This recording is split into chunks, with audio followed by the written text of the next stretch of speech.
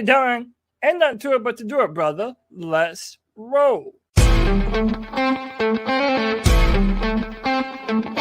a world where Carolina Panthers fans have an insatiable thirst for Panthers news and opinions, only one podcast roars ferociously.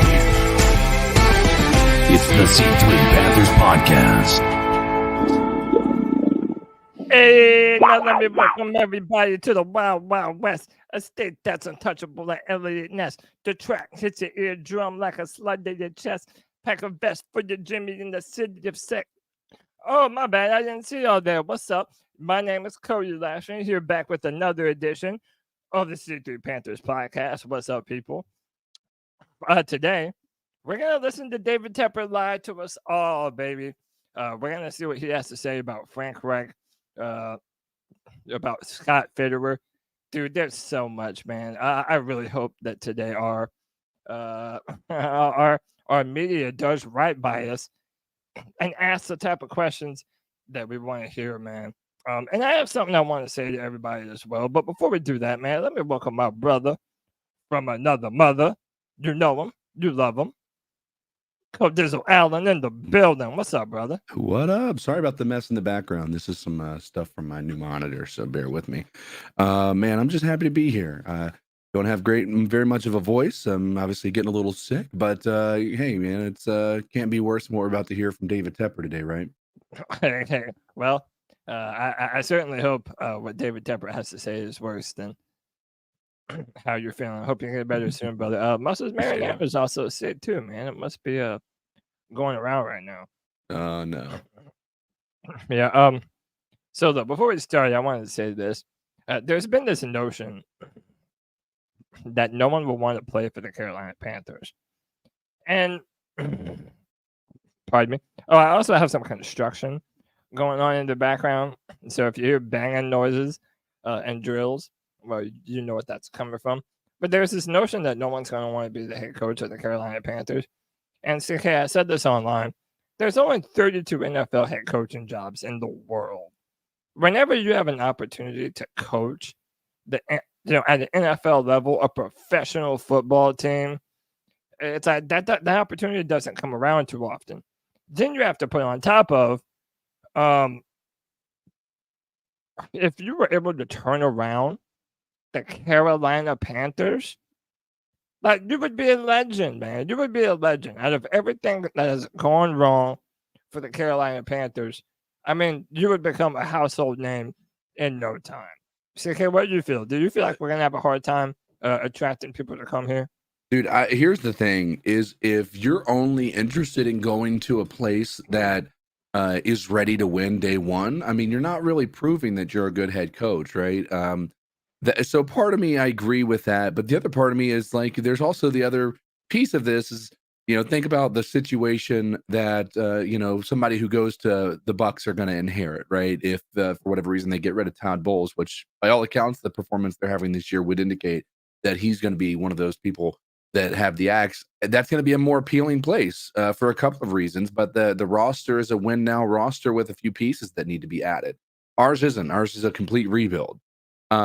But I think the thing that if I'm, again, and it's easy for me to say this from the outside looking in, not being a head coach, not having this be my livelihood, but if I'm going to be a head coach somewhere, I'm going to go somewhere where I can create a legacy and be the guy, right? We've never won a Super Bowl, right? If you come to Carolina and you win a Super Bowl, you are forever going to be a legend among the Carolina Panthers fans. You will always be the person who won the first Super Bowl with an organization that had never won one. And I think that I think there's got to be some level of interest there. But I don't know that many people are looking at it from that perspective. I think if you're a offensive coordinator and you're going to take a risk on a head coaching position, do you want to go with the sure thing, or do you want to go with a surefire dumpster fire at first that you're going to have to turn around? And it's not often that you have a Houston Texans type of turnaround. Yeah, it's really not very often at all. And whoever does come here, they're going to have a set of balls on them, man, to be able to come and inherit this situation. They're going to have to one, and I've said this too, the main priority is getting someone that believes in Bryce, someone that's going to want to build around him, someone that can put him in an offense that is literally tailor-made for him. We thought Frank Reich was going to do that, and that's not what happened. I've been a fan of the Kyle Shanahan coaching tree, and I feel like if you look at Brock Purdy and you look at Tua Tagovailoa, that's the type of offense that Bryce would thrive in. I feel like that would be perfect for him, and that's why I'm of the mindset that I still want an offensive-minded head coach. Right. So that now Frank Reich has put a sour taste in our mouth, but I still think the original idea is what needs to be adhered to. Get someone you're going to be able to pair with Bryce Young for the foreseeable future. That way, if Carolina ever gets a good offense, we're not watching our offensive coordinators go out the door every single time that happens. Yeah, exactly. I mean, I think that there's some value there. The chat is kind of touching on this a bit as well, right? I think a lot of people see this organization as a roadblock for one person, and that's David Tepper, right? I don't know that we are a sought after location with a owner that wants to meet after every single game like David Tepper does. I think the only way that this is going to work, number one, the fact that Fitterer hasn't been announced as being let go at this point in time is baffling to me. Quite honestly, Fit was deserving to go much faster than Reich was, right? So I mean, I think Fitterer not being let go is a big issue, and so here's what I think the next steps need to be for the Panthers, and this is what we need to hear from David Tepper today. Is we're going to need to hear that we're going to find our next GM, right? Obviously, he's not going to say that because we haven't fired Fit, but this would be ideally what would have been the case today. We're going to find our new GM. We're going to do that at first. And then I'm going to make an announcement that I'm removing myself and stepping down from any and all football operations for the Carolina Panthers. And I will hand every decision off to my GM, because all too often, we shouldn't have to continue to have the conversation of was this decision Tepper, or was it Rule, or was it Reich, or was it Fitterer? Yeah. Like, if you can take your hands off of the wheel and let the GM that you hire, it's like being an owner and having a GM of a restaurant, right? If you own a restaurant, you hire a GM so you can remove yourself from that and focus on the business side of things, right? Not the football side of things. Do what you do best and build the business, but let the people who do their job as GMs that have done this for decades and know football way better than you do, clearly, let them do their jobs and not feel like they're being interrupted. The reports coming out right now that we've seen are that David Tepper, people were only amenable to Bryce Young because David Tepper was clearly in control of, or that was his guy, right? There's a belief that, and it's now that he's gone, all these reports are starting to come out, and these things leaking from internally, not just from the people that are just speculating on the outside. This is coming from internal sources per, the Charlotte media. This is concerning, and if people are just saying yes to David Tepper to do something, we're going to continue to completely nosedive and hit rock bottom more so than we already have. Yeah, and CK, I'm going to be honest with you, my brother, and I know that you might not like to hear this, and I feel like I know people in our chat room right now are not going to want to hear this. I don't know that Tepper is getting fired. You mean Fitterer? Pardon me, Fitterer. I don't know that Fitterer is getting fired, and I've said this before. One, if he was going to fire him, why not do it already, so that way you can announce to the world that you're opening up, searching for this new general manager. Also, I feel like David Tepper loves a yes man, and I feel like Scott Fitterer is the perfect embodiment of that. He is a yes man. He is going to do every single thing that David Tepper wants him to. And it really has me worried. And I'm hoping today, I'm pretty sure they will, but I'm hoping today that someone, be it Joe Person, Shannon Quick, David Newton, whoever it is, someone needs to ask about Scott Fitterer's status and what their long-term plan for him is, and if he's on the hot seat. And I'm telling y'all right now, do not be surprised if he says that Fitterer is not on the hot seat right now. I would understand that to a degree, right? The only part of this is I think firing Fitterer will allow for David Tepper to take a little bit of the heat off of himself as well. I don't think David Tepper, like right now, David Tepper's listening to the media. You know that based on how he reacts to questions, how he reacts to, certain circumstances, calling fans basement fans on Twitter and things like that, right? David Tepper listens. And so when he sees that nobody, his priority is the business of the Carolina Panthers. And when you can maintain a guy like Fitterer on the staff right now, Fitterer has done nothing to prove he is the guy, right? And there is no reason everybody's asking why let go of him now? Why keep him today? Like, what is the value in keeping him right now? There is zero value. And right now, the best thing you can do is cut the head off of the snake, move on. And the reason I say that is we don't have a first round pick. Getting rid of your GM right now is not nearly as damaging as it would be as if we had our first round pick, because now you don't have to worry about scouting the first round, right? Or scouting for those guys that you think are going to be available in the top 10. You don't have to worry. You can have you can let go of him, have your scouting department, whether it be interim or not, focus on what's going to be second round and beyond. And hopefully we can rebuild this team appropriately. Letting go of him now puts him in a better position to let this team succeed moving forward and actually give yourself an opportunity for the best possible coaches, because nobody's going to come here with Fitterer in charge with his track record. Yep. All right. He's up. Also, Coach Tabor moved on from Josh and Deuce yesterday, who are also very good men. Tabor will be up to answer questions on them later. With that, I'll just open it for questions. If y'all hang on, I will select everybody for questions. So if you want to raise your hand, take the first question from Dave. You admitted hiring Matt Rule. What was the mistakes in the hiring of Frank Reich? Look, every coach that we've had here has had contributions to this organization. Frank has contributions to the organization. Matt had contributions to the organizations.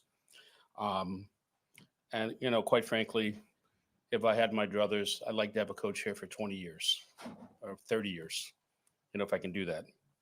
I'm not going to get into the individual sort of things. You guys can just speculate as to that. But we just moved on yesterday, and that's that.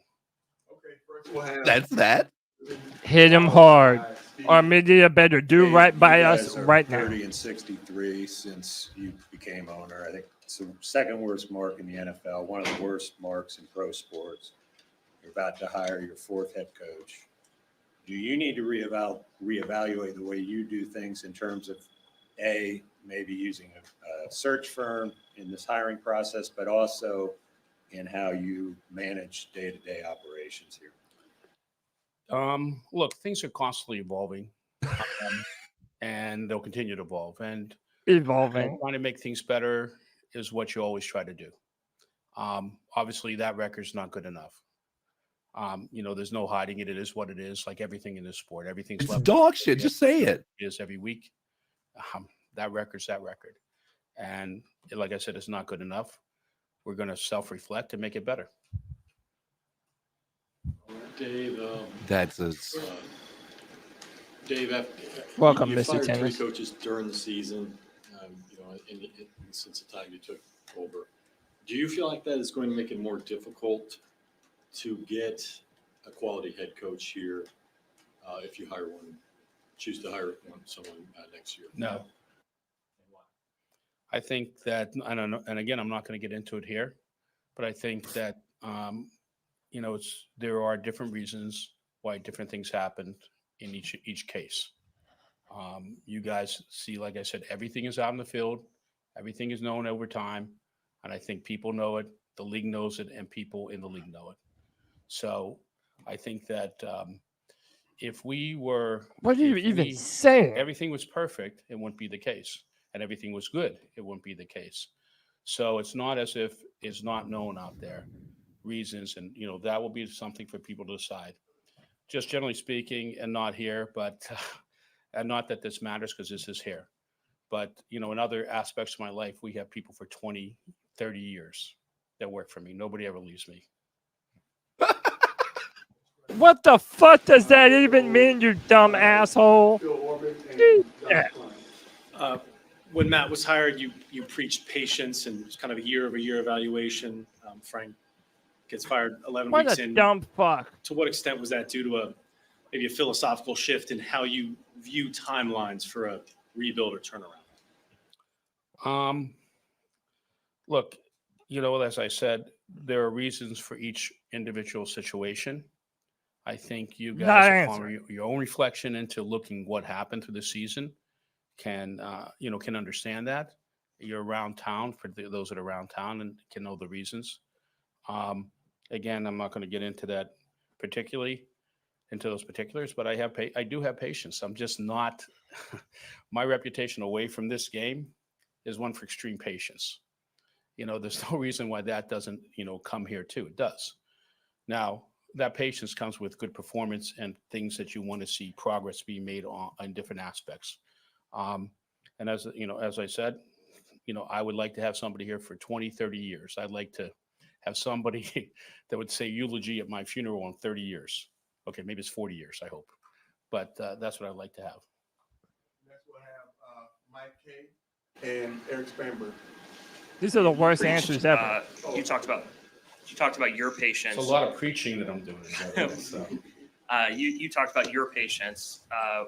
When you moved on from Ron Rivera, you urged the fan base to have patience in terms of bringing in sustained excellence, sustained success. What would your message to fans be now, 4 years later, that maybe feel like their patience hasn't been rewarded or it's not moving in the right direction right now?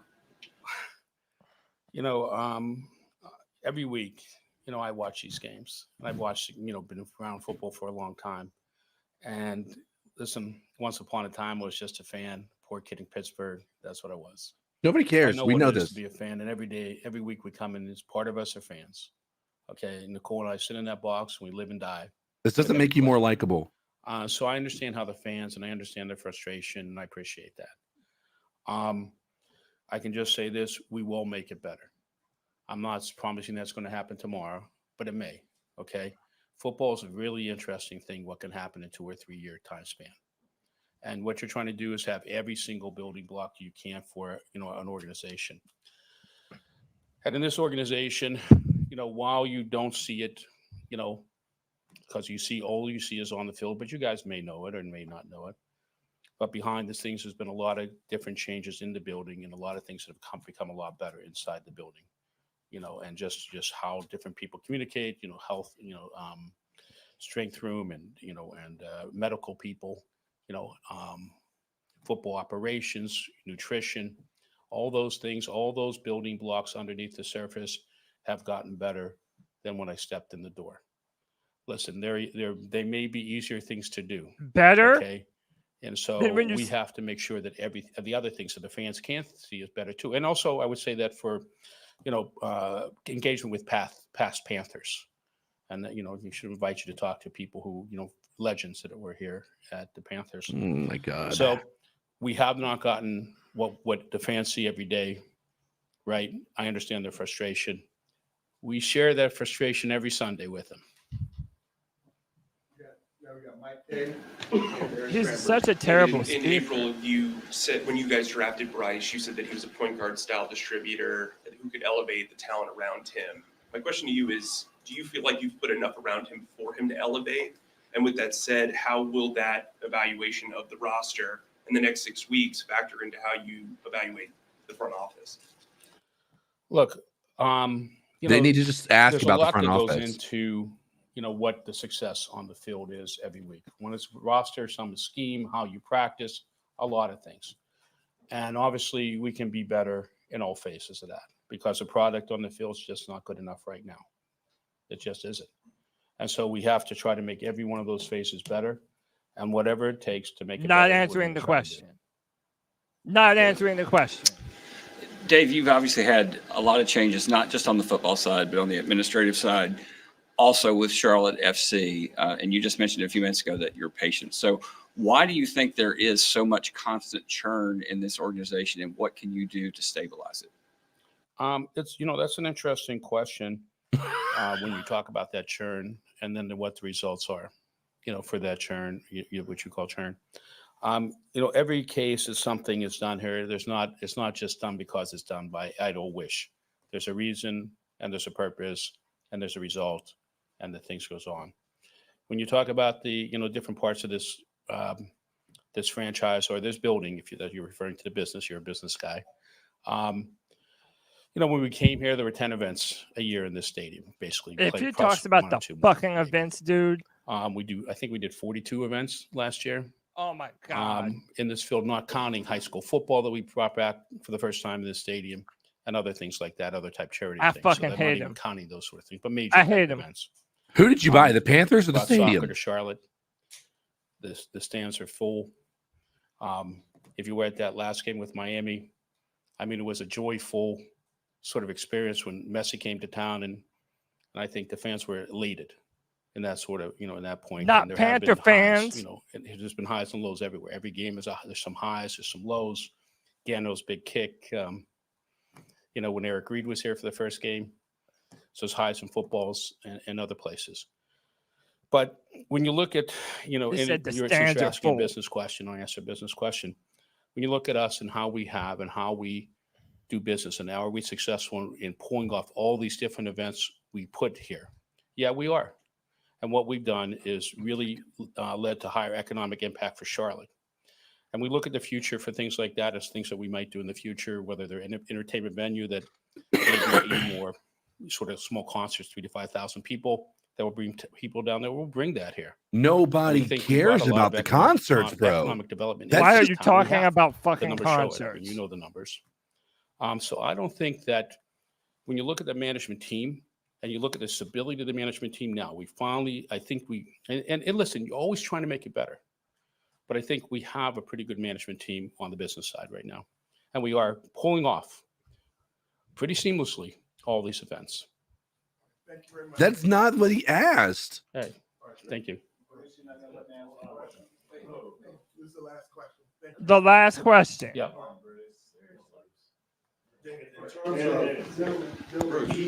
He said okay to me. All right, go ahead. Thank you. Appreciate it, Mr. Tepper. In terms of Bryce Young, I want to jump back on what Mike said earlier about Bryce. And now they're There's done. been a lot of reports over the last few days, in fact, that Frank wanted CJ Stroud. You tipped the scales and said you wanted Bryce Young. Is that true? And then also seeing what CJ Stroud is doing in Houston, did that make it the comparisons even that much greater because of what you're seeing in Houston as opposed to here? Just the way our processes go here, and I'll just answer this really plain. On all those decisions, whether it was a head coach, whether it was Bryce, I don't really vote on those decisions until Liar. Shit. You're full of Liar. garbage, dude. Fucking liar. in the case of by the football people. Now, look, everything that's right and everything that's wrong here ultimately is my fault. Okay, I have the final say. But as far as those decisions, whether it's Frank Reich or it's Bryce Young, those decisions were made. And in the case of Bryce, it was almost, I believe it was a unanimous decision on the coaches and I the believe. scouts, I believe. and very strong opinions. You at the time. believe? Your first overall no, draft it's pick, been you reported and we believe talked was about a it. unanimous Originally, we were decision? going to go to the number 2 pick, Wait. and we thought we would get CJ because we thought the Texans were He going to pick confirmed Bryce. that. He And confirmed listen, it. we preferred Bryce. He was our number 1 pick. We had a lot of conviction. But in answer to your questions, it's just not the way the process was done. He said they were going The to move up process for was done the CJ. way the process was done. Did y'all hear And that? again, even though if there was a process with 5 people in the room and the way the votes came in, it was Frank was the first choice. I always could veto that choice. And even if it was Bryce and the votes came in unanimously in this particular case, I could have vetoed that choice. In both cases, I supported both choices. Okay. I'm just going to say that I supported both choices. I supported the coaches. I supported the scouts, their unanimous opinion. And I supported Frank Reich. So whatever's good, bad, or indifferent is ultimately because the buck stops here and I take full responsibility for everything. But that's the way the process runs. And just one last thing, and then we're going to go here. As far as Bryce Young is concerned, I cannot say this, for myself, and I think everybody in this building would share this sentiment. We are totally confident in that pick. Okay, I think the people that made that pick first, would be totally confident in that. Some of them you could ask. Okay, and I think and for me, I'm totally confident in agreeing with that pick. Thank you. Wow. Wow, CK. What a terrible press conference. And what terrible questions by the media members in Charlotte. They didn't ask one question about Fitterer. They let him talk about the stadium and what he's brought to the team. It's bullshit. Then on top of that, and I hope everybody hears that, the original plan was to move up to number 2 for CJ. A smart owner would have never even let that come out of his mouth, because it says that your original inclination was to move up for CJ Stroud. And what I said was right. Once that, everybody can believe what they want to believe. What I take that to mean is what I've been saying. As soon as they moved up to number 1, that's when they were like, oh, okay, well, now we're at the number 1 pick. So we can't just let Bryce Young slip out of our hands. He's the number 1 guy. Dude, I can't stand him. And I'm so sad for all these Panther fans, because I feel like, Tabor's up. Already, dang. Because you're talking about relationships, and that's what coaching is. You have relationships with players, you have relationships with other coaches, and a decision was made, and I understand that, and because the NFL, it's also a business, and so I'm well aware of that, and I'm very grateful and thankful for Coach Reich keeping me around last year when he first got here, and at the same time, I'm thankful for Mr. Tepper having confidence in me to have this opportunity to lead the team these next 6 games. So we're moving forward. Today's a big work day, big game plan day. So with that, I'll answer any questions. This right here, this comment on the screen.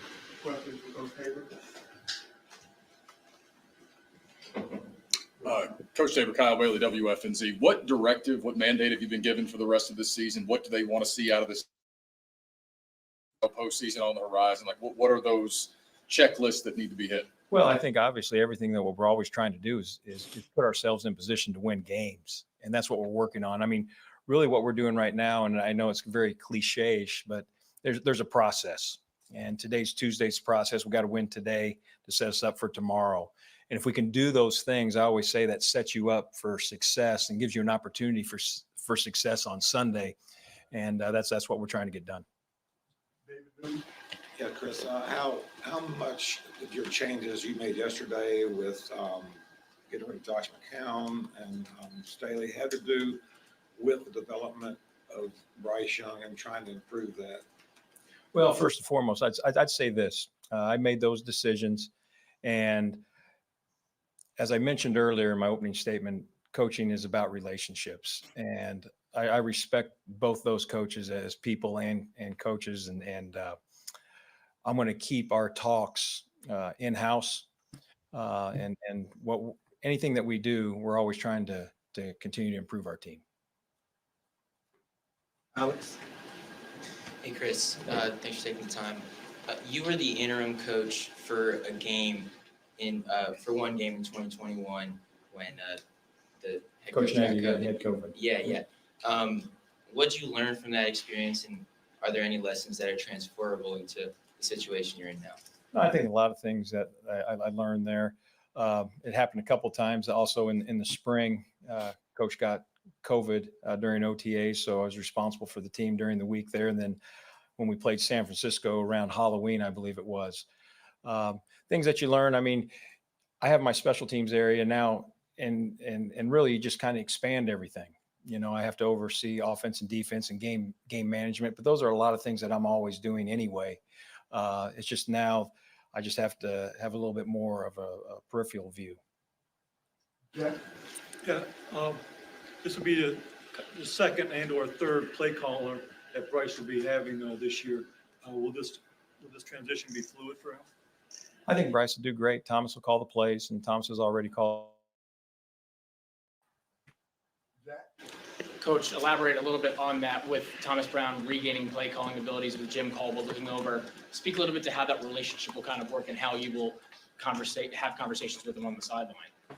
Well, I'm going to let him work. And my job is to help facilitate game management and work from there. But collectively, the offensive staff, they're up there right now, and their game plan, they're all working together. So it's a unified group working towards one common goal. Brett, I got you. After Brett, we'll go Joe. Chris, in terms of offensive philosophies, because the offense obviously has been an issue all year. Have you spoken to Caldwell and Thomas about that changing of the offensive philosophies, or anything else that you guys are going to try and change? We've or is it going to be status quo? No, we've talked about things, and at the same time, I'm going to probably keep those in house. And you can't overhaul everything, but I think you can do some things, and we'll work on that.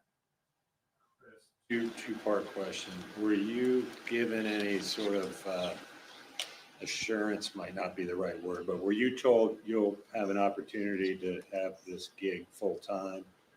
And then No, I haven't had that assurance. And to be honest with you, I'm working on today, and that's all I'm focused on. secondly, you were obviously here last year when Steve took over. What will you take away from how he handled it? You guys finished up pretty strong, obviously. I think there's a lot of things you can learn from that experience right there.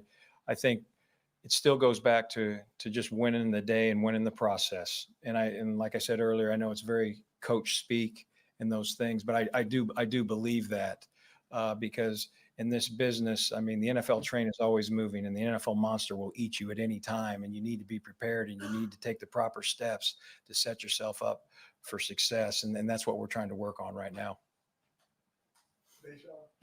Coach, in addressing the team after this transition, what was important for you to convey? There were some things that we talked about that I'm going to keep in house. I would say this, and I talk about this in our special teams unit. When you turn the tape on, I just want people to say that's a classy, hard-hitting unit that plays with great unity, and that's probably how I'd sum that up. Caldwell has a lot of experience. Is that someone you're going to lean on in the background? Oh, 100%. I mean, think about, okay, I'm the interim head coach for 6 games. I have Coach Caldwell down the hall, Coach Capers down the hall, 2 very highly successful coaches and men in this league. So yes, I go to them quite a bit. Mike Salate, followed by Sheena. Chris, what is your philosophy and your thought on keeping this room together? Because when a coach is dismissed, I mean, there's the real potential for fracturing and for guys to kind of not be on the same page. Well, here's how I look at it. The tape is all that matters. That's my resume. How, for example, how my units play, that's my resume. How a player plays, that's his resume. And what I would say to anyone, I've used this before, and because I've been in this situation before, when there's change, all you can handle is what you can do. And you need to take care of your business, because when things change and people begin to review the tape, they're studying you. Do we want to keep this player? Do we want to keep this coach? So it's in your best interest to do your job at the highest level, regardless of what your record is, regardless of what the situation is. You're a professional football player, you're a professional coach. Be a pro, and that's how I look at it. We'll take 2 more. We go David, and then we'll go Joe one more time. Chris, Oh, why do you think that, Sheena, we will not forget you. why do you think that Frank was fired and you're here today as the interim coach? I have no opinion on that. Here's my deal. I'm staying in my lane. I was presented an opportunity, and now, things have changed for me in my role, and that's what I'm just concentrating on. You and Jim Caldwell have already made one decision in tandem. Can you share with us what his role will be going forward? I made that decision, and those are always tough decisions. But Parks Frazier will be our quarterback coach, and Coach Caldwell will be in that room helping, and Thomas Brown will be our play caller and coaching the running backs. Chris, are there any players or personnel groupings that you want to change? maybe get some guys on the field that we haven't seen a lot of these first 11 games? We'll probably shy away from some of those answers right now, and just kind of let the tape and the play speak for itself. Thank you, Coach. Thanks, everybody. Wow. Dude, I'm going to be very honest with you. I didn't hear most of what he said because I'm just so livid from the David Tepper press conference bullshit, dude. I honestly can't fucking stand him. I can't fucking stand him. And dude, I'm of the mindset, like, dude, it's just, I don't know how we ever recover from somebody like that. I mean, I truly don't. Like, I don't. To me, everything was a lie. Once again, CK, he brings up all the events and all the things that he brought to Charlotte. He comes in here and talks about how patient he is in his other business, and he's had people that were a part of his business for 20 or 30 plus years. It's all lies. It's all lies. It's all lies. And I'm sorry if everybody wants to get mad at me, but that dude, what he said, one, that someone who's trained at the podium would have never said that shit. That the original plan was to go up to number 2 for Bryce Young or for CJ Stroud. Because now, whether you like it or not, people are going to continue to believe what I believe, and all the people in media are going to continue to say the same things. That the original plan was to move up for Stroud, and then that changed. He also said at the very end, he lets everybody else make unanimous decisions, and then he'll come in and give his own opinion. It's an outright lie. It's a lie every single time. By the way, nobody asked. Charlotte media failed us today. I'm sorry. Every single one of them failed us. There was not one question about Scott Fitterer's job security. There was not one question. There was. He didn't answer. Yeah, he was on his way answer. out. He was on his way out. And then they I think that the people, like, I think Joe Person asked a very good question. I think there were a lot of good questions. And the problem is he was given a lot of no answers. And they weren't allowed to elaborate on their question. They would just go on to the next thing. And the next person had their shot. And a 13-minute press conference about why you fired. Like, you should have sat aside 30 minutes at least for these questions. Like, you owe it to the fans to be able to answer these questions and answer them honestly. Nobody's asking you for trade secrets. Nobody's asking you to tell us what what's on your agenda tomorrow. But I think it's fair to say we deserve to have a plan. We deserve to understand where you're at, why you've made the decisions you've made, and to at least get 30 minutes of your freaking time. You couldn't even, he wanted to walk off after 10 minutes. Yeah, like, that's 4 all questions. He wanted to walk off after 10 minutes, dude. That's absolutely asinine for a guy who's supposed to be here for the fans.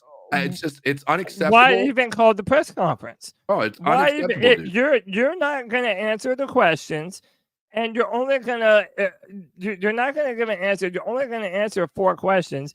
You're not going to give anything. He didn't speak about Fitterer. They never one time said what they're looking for in the next head coach, like what kind of guy that they're looking for. Are they going offensive minded and defensive minded?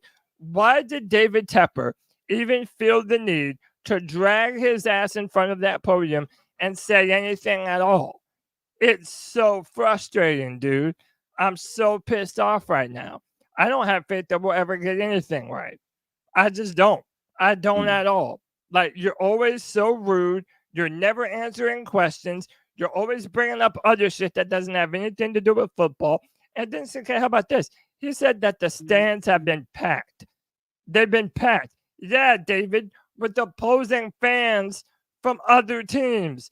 You dipshit loser. God, I'm so fucking mad right now, dude. I can't stand him. I can't fucking stand him, dude. Listen, here's the thing that I have an issue with. David Tepper had an opportunity to come out here and just be honest. Yes. He had an opportunity to be honest. He had an opportunity to come out here and tell everybody the answers that need to be given, right? And he didn't. He just came out here and gave us politician speak with no real plan or future about how we're moving forward from this. Like, it's an atrocity at this point. Like, listen, I think I would have been more willing to give him a little bit of grace had he come out here and answered the questions, given us 30 minutes of his time, his so precious time that he could, after he fired our head coach, right? you've got to be able to answer for that. You made these decisions. You've made multiple decisions that have ended like this, and you can only give us 30 minutes? Like, I mean, not even 30 minutes. Can't even give us barely 10 minutes? So check this out. Check this out, CK. Scott Fowler just put out, I'm very unhappy with the Panthers for getting frozen out of asking a question at the David Tepper press conference. Sat in the front row, raised my hand high, wasn't called on, protested to no avail. Felt like it was purposeful. Dude, this guy is running from the hard questions. Is running from them. Right. Why do you even go up there and go to the fucking podium if you have no intention of answering the questions that people want to fucking know? I fucking hate him, dude. I fucking hate him. God, dude, I can't even believe that. Dude, I knew David Tepper was a moron, but I didn't even think that I would be this mad at the end of his fucking press conference. What a fucking clown. What a clown, dude. God. It's wild, dude. I'm at a loss. Dude, I don't even know what to say. What do we say there's to not all much of to say. There's not much to say. He butchered this to no end, dude. There's no saving that press conference at this point in time. Like I said, he had an opportunity to come out here and show the fans that he was, he had a plan that we could trust, that he has some, he's learned something from the mistakes that he's made in this process up to this point, and he has done anything but. It's like, look, man, we appreciate y'all. We have almost 200 people watching right now. I apologize to y'all. I'm sorry. I'm sorry that this is the state of your team. You should have no reason to believe that this is going to get better anytime soon. You should have no reason to believe that the next coach they're going to hire is going to be the right guy. You have no reason to believe that they're going to fire Scott Fitterer, even though the entire fucking fan base is demanding it. It doesn't feel like that's going to happen. If you're a Bryce Young fan, I don't know how you could ever feel like this team is going to ever give Bryce what he needs to be successful. Why would you ever feel that? Why would you feel that? I really can't. I can't even begin to try to believe that there's a path forward. With David Tepper at the helm, like I said, the one thing that we needed to hear was him saying, like, they asked the question. Like, the question, honestly, I thought was a good question, is what do you plan on doing to stabilize this organization? And that's when he went into his whole diatribe about how he brought events to this place. Like, nobody asked you about events. We're asking about stability at a coaching position and a managerial position. Like, we're not talking about stability in Charlotte. We're talking about a stability amongst why we should be excited to be fans. Like, it's an atrocity at this point in time. Like, how he is able to maintain ownership of this team after that type of a press conference is beyond me. Dude, it's so embarrassing. We have some people in the background. I'm getting ready to let some people on. We're not going to go super long today, but I will post the link. Listen, man, the Carolina Panthers might not let the media say what they want to, but over here at C3, this is for the fans, by the fans. We're going to let y'all talk y'all shit because I know y'all want to. Nirvash with the $10. We appreciate you, brother. He says, I get the sense that this press conference was just a formality and they wanted to say as little as possible. Tep probably told Tabor to say, keep it in house 10 times, 100%. He's always giving marching orders to everyone in this building. And that's why Fitterer's not going anywhere, because that's his number one puppet. David Tepper always has his hand up Fitterer's fucking ass, and Fitterer does what he says. Mr. Stratton says, I've worked at large corps. I've been lucky to be in high-up meetings. This is how they talk. They are vague often. I personally expected that this was the outcome. Now, do y'all believe Fitterer stays? Oh, 100%. I don't think Fitterer is going anywhere. And by the way, if you're listening to this right now, I think that you also need to expect that Fitterer is going nowhere. Fitterer is going absolutely nowhere. CK, is there anything else you would like to say before I let in Chad and White Chocolate? And post No, I mean, listen, us dumpster fire fans are just out here expressing our opinions, and we'll continue to do so from the basement of our mom's houses, apparently. terrible. Absolutely terrible. So I'm getting ready to post the link up in the chat for those who want to join.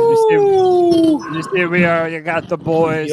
We got Chad Morales in the building. Guys, I need to say I'm foaming at my fucking mouth. I don't mean to cut you off, Cody. I am a fan of C3 Podcast. I am not a fan of the Carolina Panthers. That is what I have to say, because that son of a bitch, like CK nailed it on the fucking head. It was a fucking political fucking talk. Let's talk about what I've done right instead of what I've done wrong. Mr.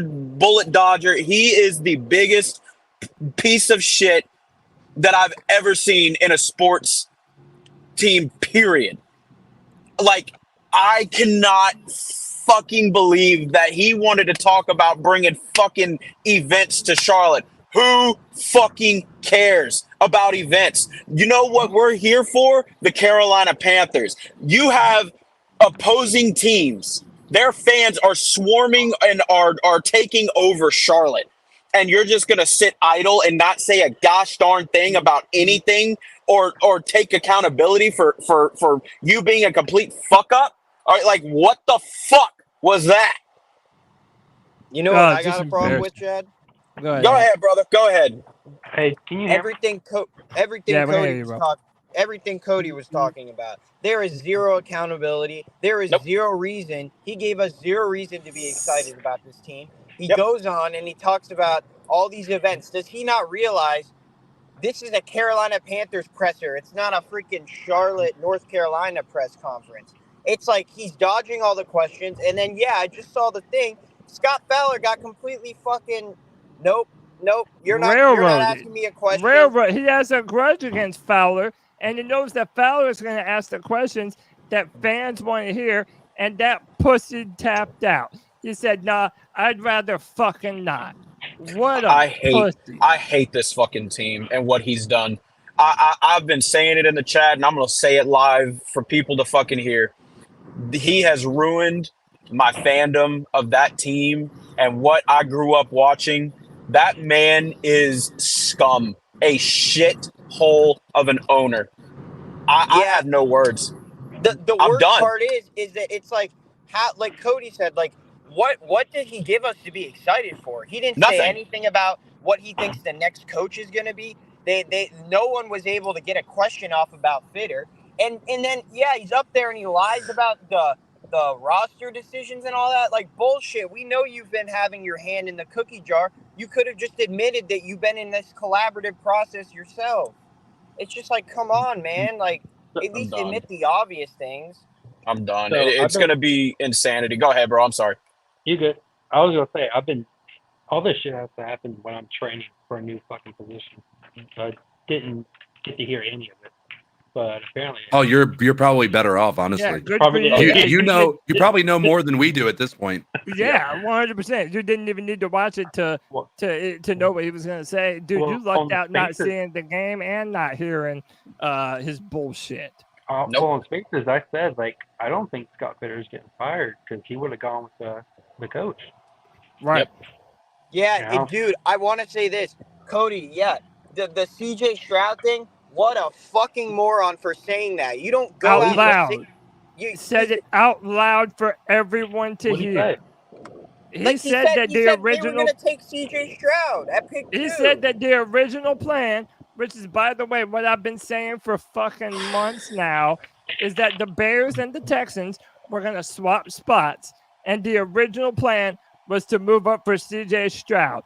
That literally came out of his fucking mouth, dude. Listen, I think that here's the thing. I think you guys are misreading that room, right? He's not saying that they preferred Stroud over Young.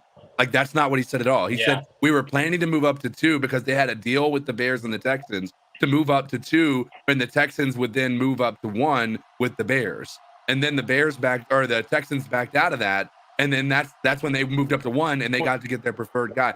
They were going to move to number 2 because the Bears were going to double dip. They were going to go down, get some draft capital from Houston.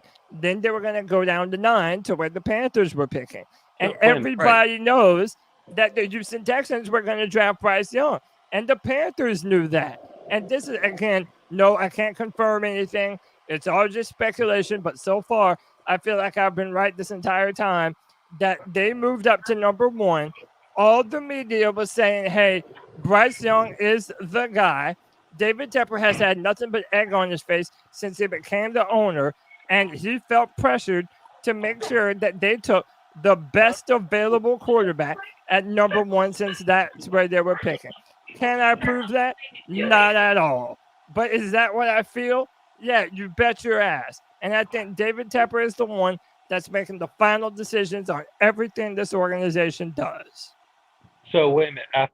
So he answered basically no question, but he answered that question. Yep. Sort of, Oh, yeah. at the very end, yeah, he just starts rambling. Like, the dude doesn't know how to speak to a room of people. He just starts saying shit.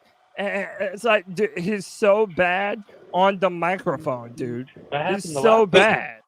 No, he was pretty much stating what he's done right and what he's done for the city of Charlotte, and just kind of taking the pressure. Like, okay, guys, I know the Panthers suck right now, but look what else I've done. Look over here. It's like he's doing that trickster shit. He's got a pistol in his hand in his right hand, but he's saying, "Look over here in my left hand," type shit. So he does. By the way, Sportsnut in the chat says Dave Newton just tweeted that he tried to ask a question, but they avoided his ass too. So when's the Marshall Mint? Yeah, and Joe Person, Cody. Joe Person. I tried to ask about Scott Fitter as he walked off, and he completely ignored him and ran away. I fucking hate this guy, dude. What?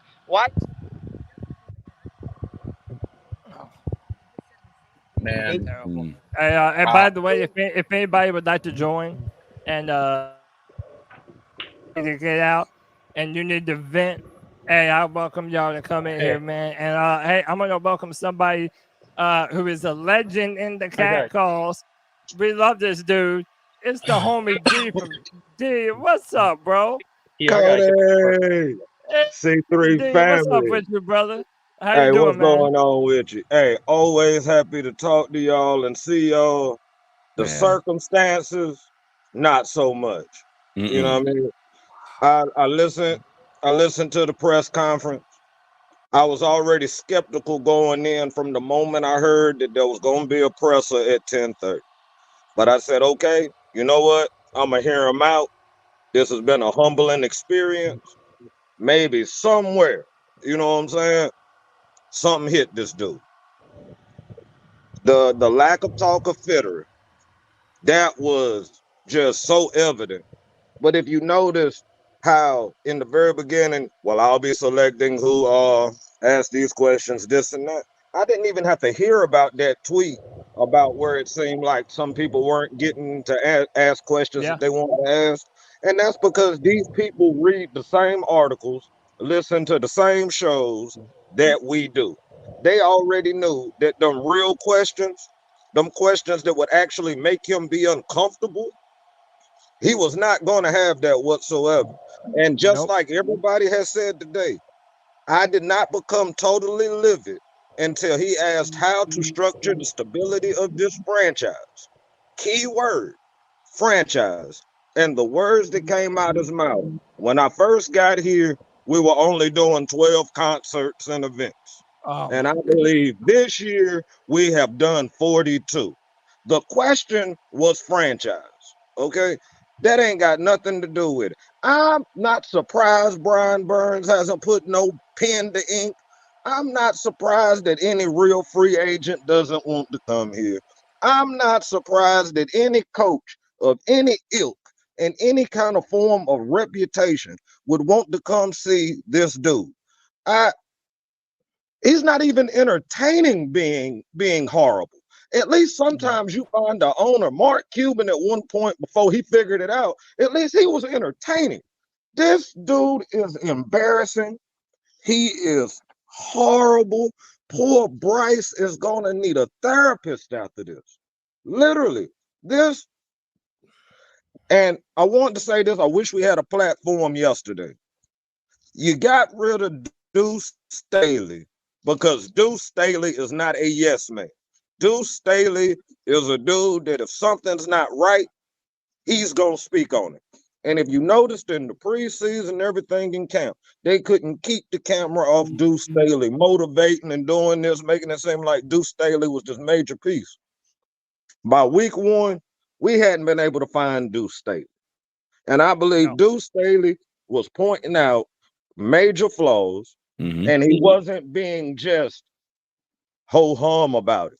He was making it clear, something that some of these spoiled, rich billionaires don't know how to accept, the truth laid out perfectly, and they couldn't accept it.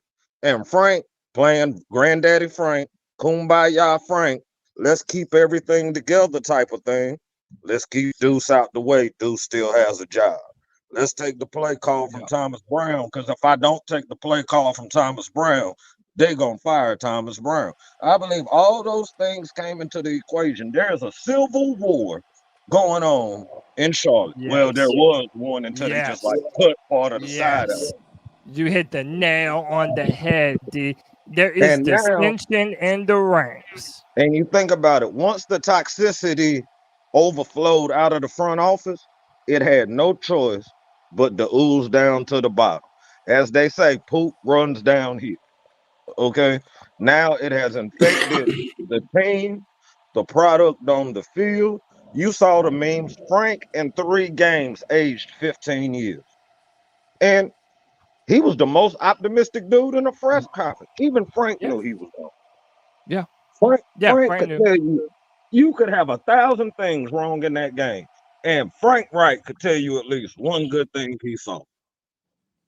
Well, it kicked a good field goal. Either way, I found progress. And by the way, David Newton also saying he replied to Scott Fowler, who said that he had his hand up, never got called on. Dave Newton says there were many more questions that needed to be asked at the presser, but a few questions were answered. Had my hand up for a second. Why even do a press conference? Why even do it? If you're not interested in answering questions, well, then you should have been like, all right, no, you know what? I'm a billionaire. I don't answer to anyone but myself. I'll make my decisions on my own time and let y'all speculate. But no, he decided, that's what I'm saying. If you don't want to say shit, just be like, I don't want to say shit. But instead, you do this press conference. You answer 4 questions. You ramble about nothing. All you do now is add more fire to the speculation that many coaches did want CJ Stroud. You double down on Bryce at the end because you know what you just said made everyone sound dumb as hell. You bring up events that you brought to Charlotte. Like, this man is a cancer. It's a cancer. He brought Beyonce to the city. Oh, man, dude, he bought Beyonce. He bought the Chili Peppers. To the city, he bought Bruce Springsteen. He bought them all, dog. And but he ain't brought us. But we can't get but one win. But we can't. and then he like the fact that this is lost on him, that he doesn't know why it would make him look bad. I think it is, D. I really think he doesn't understand how dumb he comes off when he goes up to the podium and says stuff about, we've bought events here. We bought high school football back to the stadium. All this shit that no one cares about. Why are you bringing it up? How do you not understand that makes you look dumb? Does your wife not have enough sense to say, hey, David, maybe this isn't the route that you need to be going right now? It's First so of all, dumb, why dude. weren't we concerned when she was part of the quarterback scouting? Like, why weren't we concerned then? Like, why weren't we concerned that Tepper was involved in any of the process? Even though he sat there and told that bold-faced lie that he won't into anything until the end, except he has the power to veto. We saw you at the workouts. We saw you at the pro days. And you're sitting there saying that you had no involvement with anything until the very end, that you have the final say. That was just another lie that you threw out there. Everyone knows he's lying too. Everyone knows. Let's be quite honest. He's talking about where they were saying they were comfortable with moving to 2. That was a lie. He wanted 1 from the gate, because if you remember the video with the Bryce Young pro day, David Tepper was drooling at the mouth. There go Nikki Tepper, had all the stars in her eyes. I thought it might be one of them inappropriate videos about to jump off for a second, the way they was looking at that man. It is not lost on me that David Tepper is a liar. Okay. But after you done sat here, ruined the franchise, has killed the faith in a lot of members of the fan base, a lot of loyal members of the fan base. You putting a anemic product on the field, and you couldn't just come in and be like, yo, my bad. I messed That's all up. we're asking. That's all we're asking. We can figure it out. We can figure it out. Hey, real quick, let me welcome in the homie Michael Wydrick to the show. Michael, how you feeling, man? Oh, we can't hear you, brother. There's no volume. You're unmuted, but there's no. You gotta change your headset or something. I'm gonna give you a minute. I'm gonna come back to you. I hate this fucking team, bro.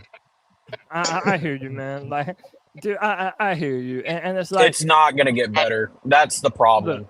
Us at C3, we're not going anywhere, man. Like, we're here for y'all, but I feel like we also need to say this too. Y'all are the only reason that I'm still doing this. Facts. I promise you that I'm not on a Panther podcast multiple times a week for my undying love of this football team right now, bro. And I'll never not be a fan, but I'll always be a fan no matter what kind of dog shit that we're having to go through. But the C3 Panther fans are the reason why I continue to do this, because y'all continue to listen. And we pride ourselves that y'all get to vent over at our channel. But, bro, let me tell you, I cannot blame anyone that says they're done with this, that they're done supporting this team with their dollars. They're done going to games. They're done buying PSLs. They're done buying jerseys. They're done with anything having to do with the Carolina Panthers. I can't even tell you that you're wrong to turn your back on this team right now, because I don't know how you could have any faith in David Tepper to do anything correct for this organization. I don't know how. I just don't know. How I feel. And I feel that I think the only thing that doesn't unwaver me is I was with them from day one when I was younger. So to me now, it's just a family member. It's a piece of me. So it's just something I have to deal with. But boy, if I could wish that we could trade owners like we trade players, or be able to fire owners like we can cut players and so forth, because this dude gives me such Dan Snyder vibes. It is ridiculous. We watched Dan Snyder destroy a historic franchise in Washington. Yep. And what we're looking at is David Tepper destroying a franchise that had the potential to be a great franchise. Mind you, a lot of people did not care for Jerry Richardson. That is true. But I will say this. Jerry Richardson kept a product on the field for the most part that we could at least somewhat hang our hat on as a fan. When we went out and we was a Panther fan, cats might talk they junk, but they had to be respect.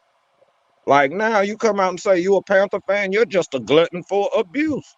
Like, people will apologize to you for your fanhood at this present time. And I don't remember a time that I ever felt like we should have been like the Aints or the Tampa Bay Buccaneers, putting paper bags over our head. It's already embarrassing enough. I turn on my television and our home games are not a home game. Like, yeah. Our stadium it's almost is, like why? It's almost like what's the point? What's the point anymore? That's another thing. Homie had the balls to come up to the podium and said that the stadium has been filled with fans. Yeah, bro. Yeah, it really has. With Cowboys fans, with 49ers fans. You realize that purple isn't our color when Minnesota comes in. Purple is not Carolina. Dumbass. God, man. Come on, that's why Jim Irsay up there two-stepping, because he knew we got finessed by taking Frank Reich. And that's why Jim Irsay, after that game, was cutting the rug probably about half drunk. I'm telling you, we've gotten to the point we are a bye week for other teams, in their opinion. Because I feel that's how we beat Houston. Because they really thought that they were going to come in and just run us off the table. and we actually played with some gumption to us to ourselves and some sense of urgency, and we was able to knock them out that game. You think about it realistically, we could have been a winless team, but I really felt Oh like yeah. Houston slept on 'em. Like Hey, dude, looking back, I don't know how we beat Houston. they I slept on really them. don't. I They really never don't know they, how we beat Houston. they didn't step on our neck when they had the opportunity. They gave us opportunities to stay in that game pretty much at the end of the day. It Yeah. wasn't really nothing that we did to win that game except not do enough to lose that particular game. Yeah, That's and all by it was. and real quick, I want to say this: if you're in the chat room, if you're someone in the chat room, calling other people in the chat names and shit, bro, I promise I'll ban and block your ass faster than you can think, homie. That's not the type of energy that we require around here. How about this? Today, the only person that you're allowed to cuss at is David fucking Tepper, and no one else. How about that, bro? And let me That's try and go all. back to let me try to go back to Michael again. Michael, we got you. Yeah, can you hear me? Yeah, we hear you, man. How you feeling, dude? Man, I'm feeling shitty right now after hearing that fucking presser, dude. That I hear fucking you, brother. owner, that piece of shit of a fucking owner of ours is the lowest of the fucking low of all fucking owners in the NFL. I swear to fucking God, bro. You No, ain't I hear lying you, now, man. bro. No, I hear you. I hear you. It was, dude. I honestly, I feel like he did this as like a middle finger. Like he It was. came up just to say, oh, he did a press conference, and then actually had nothing to add, nothing to say, and then walked off and said, oh, don't worry, I'm patient. Look at what I've done in my other business. Well, bro, this is football. You're not running a hedge fund. The Panthers are not a hedge fund. Nobody's left me in 30 years. Yeah, oh my That's a wild God, statement, wasn't it? That was wild, bro. bro. He really sounded like he was an owner, like he had their life under contract. Nobody leaves me. What are you talking about? I leave you. You don't leave me.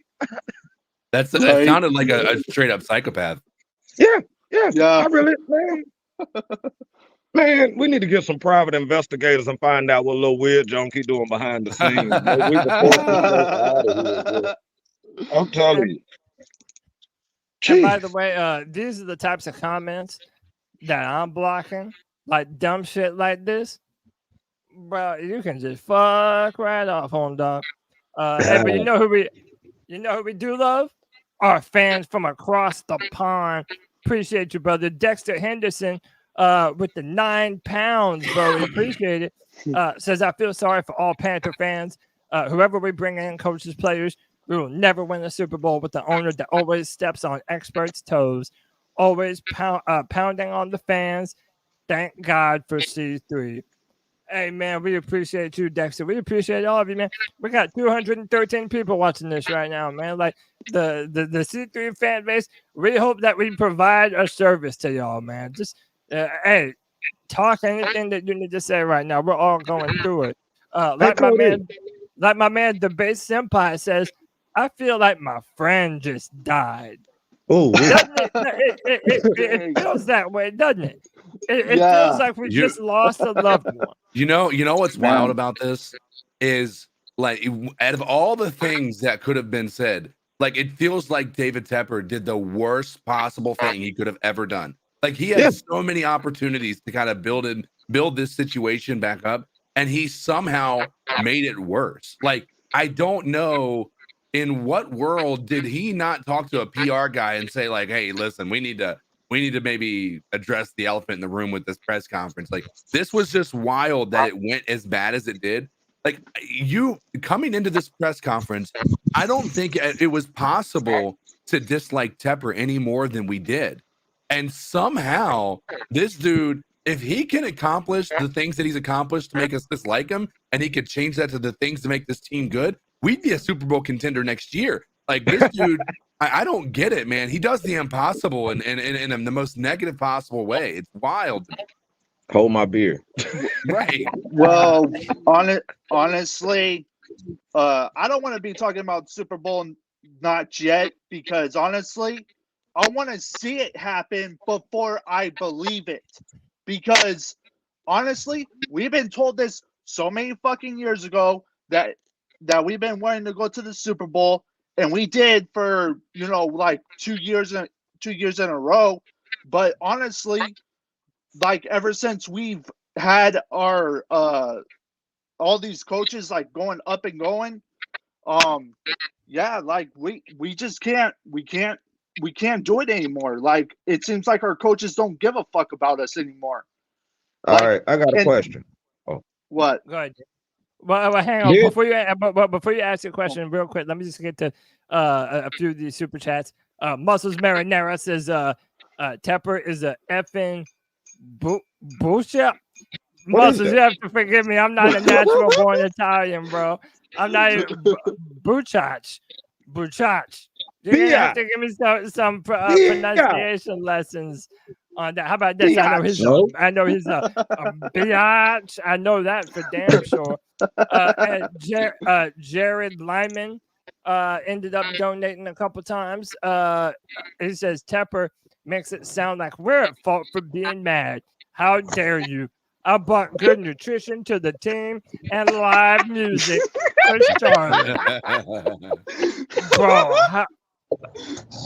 Bro, dude, he's such a joke. He's an absolute joke. Yeah, man. David Tepper is a fucking joke of an owner. I'll just say He's that a right joke. Now, do you think ahead of time that they told the press that they couldn't ask any questions about Fitter? Because it's awful weird that this happened. Like any other place, they would be asking, the GM, or the GM would have spoke after the owner, or something of that nature. You know what I realized early on when they instead of it being a normal presser, they said from the get-go, they said we'll be choosing who we, when you raise your hand, we'll pick who gets to answer the question or ask the question. And it felt like they went with the people that maybe weren't going to be asking those questions. And when they did ask that question at the end of it, he refused to answer. That's stupid. But yeah, it do go back all to the same point that you asked earlier. What was the point of the press conference? Right. If you're not going to actually have officially a press conference. That wasn't even a Q&A. I don't know what you would call that. Like, I felt like it was more him stroking his ego through a hard time. Yeah. Like if you really look at it. Okay, we suck at football, but I brought you Beyonce. Okay. Right. Yeah, the fans are disappointed or whatever, but hey, just let me know who your favorite artist is, right? And we'll show them charge you an exorbitant rate, and you can come watch them for this very high price in these economic times and watch them dance to you. But at the end of the day, think about this is the part that is more infuriating than having an idiot owner. Having an idiot owner, a GM with no spine, okay, to go along with an idiot owner, right? And then a team that has so many holes that you have to trust the team that has so many holes with a GM with no backbone and a owner who is an idiot. So, and they're already determined that if you want a job in Charlotte, let's be real, you need to buy a nice pair of shiny knee pads and learn how to say yes, daddy, because that's the only people. Them are the only people David Tepper is interested in having in his organization. It reminds me of early on when Michael Jordan had took over the Bobcats, and they was talking about all the dysfunction with the miss on the picks or whatever, and they came out and said that Michael Jordan didn't hire people that would be like, "Hey, Mike, this is not a good idea." It was the people that just wanted to make Mike happy and keep a job. And in this situation, it looked like he's in that playbook. Absolutely in that playbook. Because you think about it, out of all the picks that we've gotten, the CMC picks, everything else, what pick did we actually hit on off that CMC trade? Not a one. Not one. Not even one. Not one.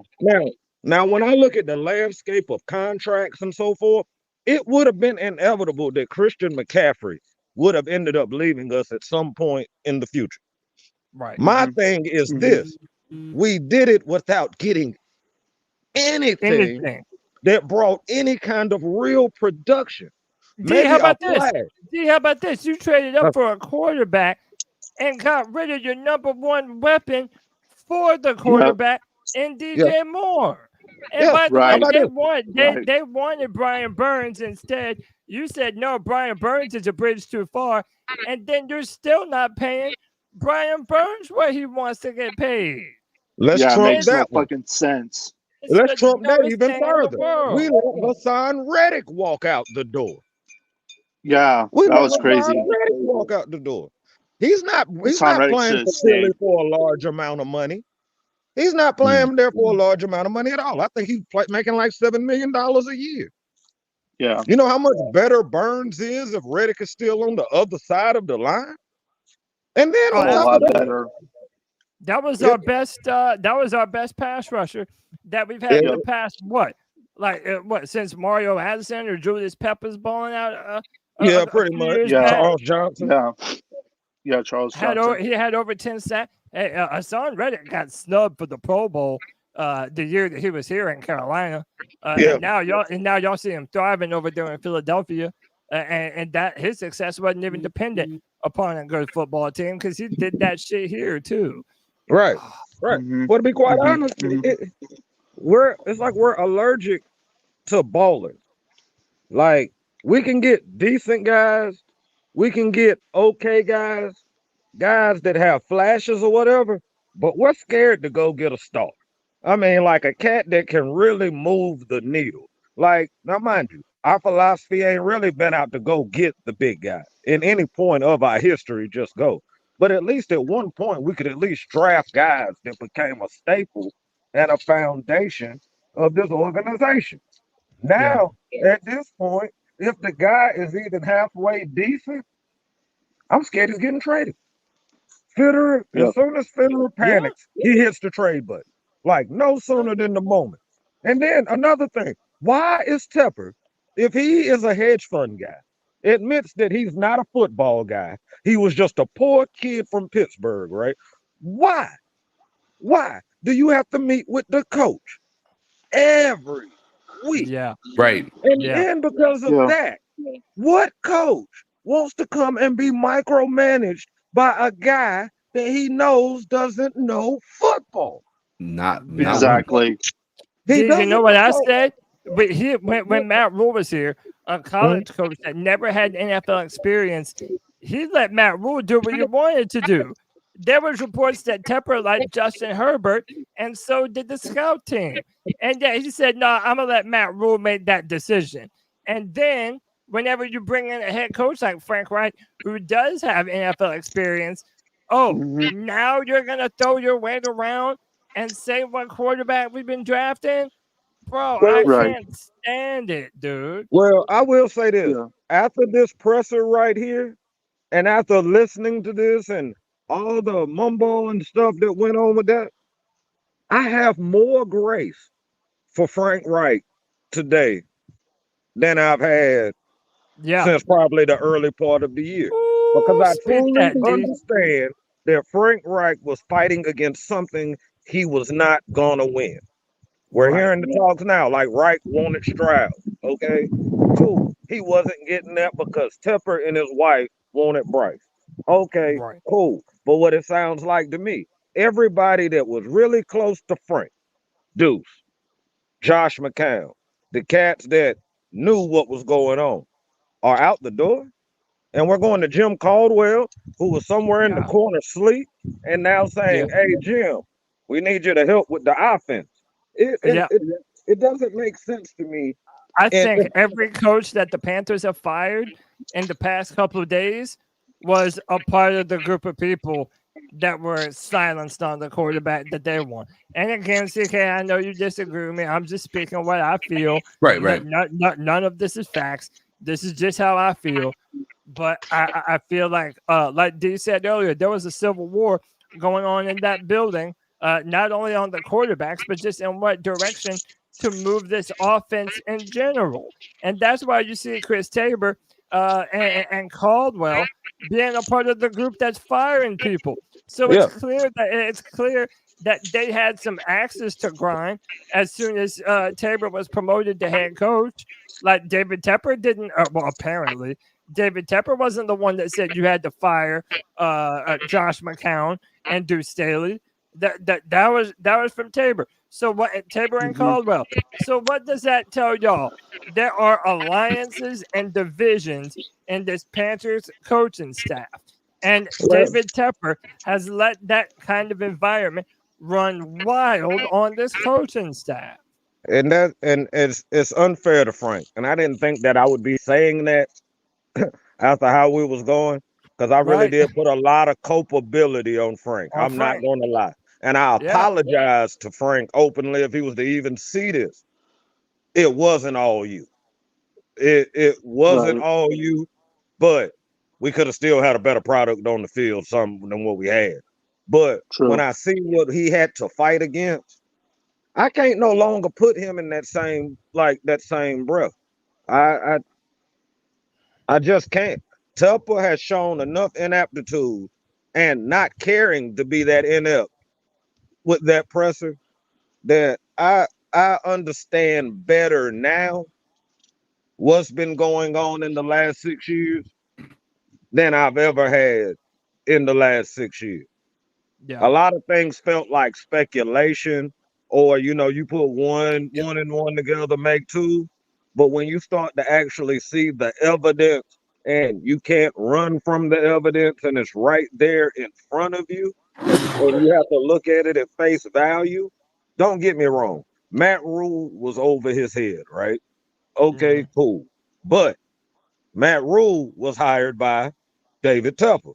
And let's be quite honest, if you're offered a job for $70 million, even if it's over your head, and the money's guaranteed, you're gonna try to get that money. Okay? Yeah. And by the way, like a lot of people are saying Frank Reich should have took a year off after being fired from the Colts. But one of the things I'm saying is, like, how many times, like, there are only 32 coaching jobs in the NFL in the world. Like, those opportunities don't just come around. Like, well, he was supposed to say no and turn down another opportunity. Like, that's not how that works. I don't blame him at all for taking the job instead of taking a year off. Like, David Tepper hired him, and again, they asked him about patience and how patience has been. He had to bring up something completely other than football to show everyone how patient of a man he is. How is that patience at all? That's no patience. And then more importantly, thing. and I know I'm long-winded. I'm gonna say this. I'm gonna pass the mic. Why should any coach that's gonna come here now, especially after hearing that, why should they feel like you're gonna be patient with them when they're gonna turn around this team? If you're Ben Johnson or Brian Johnson or Bobby Slovic or Jim Harbaugh, what makes you hear that and think, oh, yeah, this is a great spot that they would want to come to? Like, I was literally saying before we went live that I think that people are still going to want to come here. And I'm already walking that shit back, dude. Because whenever I hear that, I just don't know what kind of man listens to David Tepper and says, oh, yeah, that's what I want to be a part of.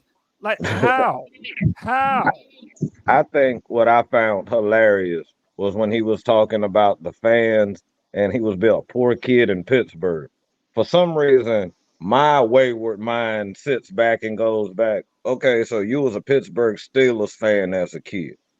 You do not relate to who we are.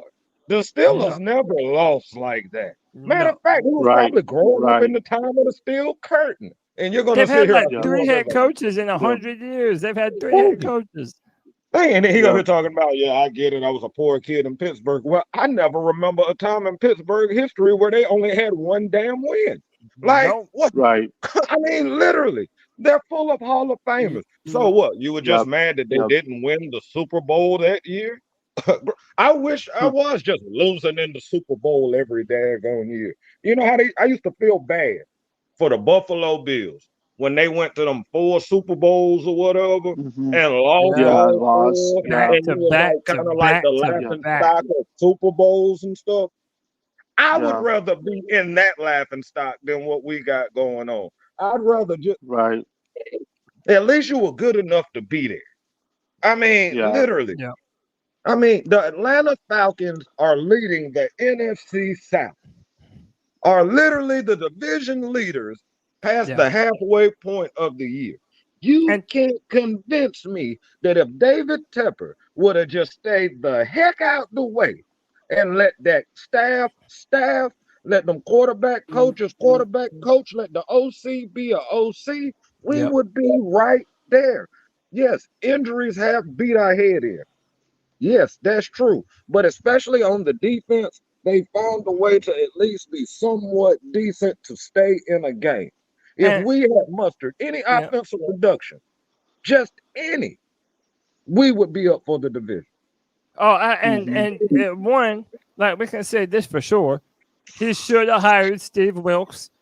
He should have hired the man that was from Carolina that had not only ties to the region, but was literally on the team the last time they went to a Super Bowl. They turned this dumpster fire around last year. And look, people might not want to admit this, but they had Sam Darnold playing the best football he has ever played in his fucking life. In his life. And they said, nah, I'm good on that.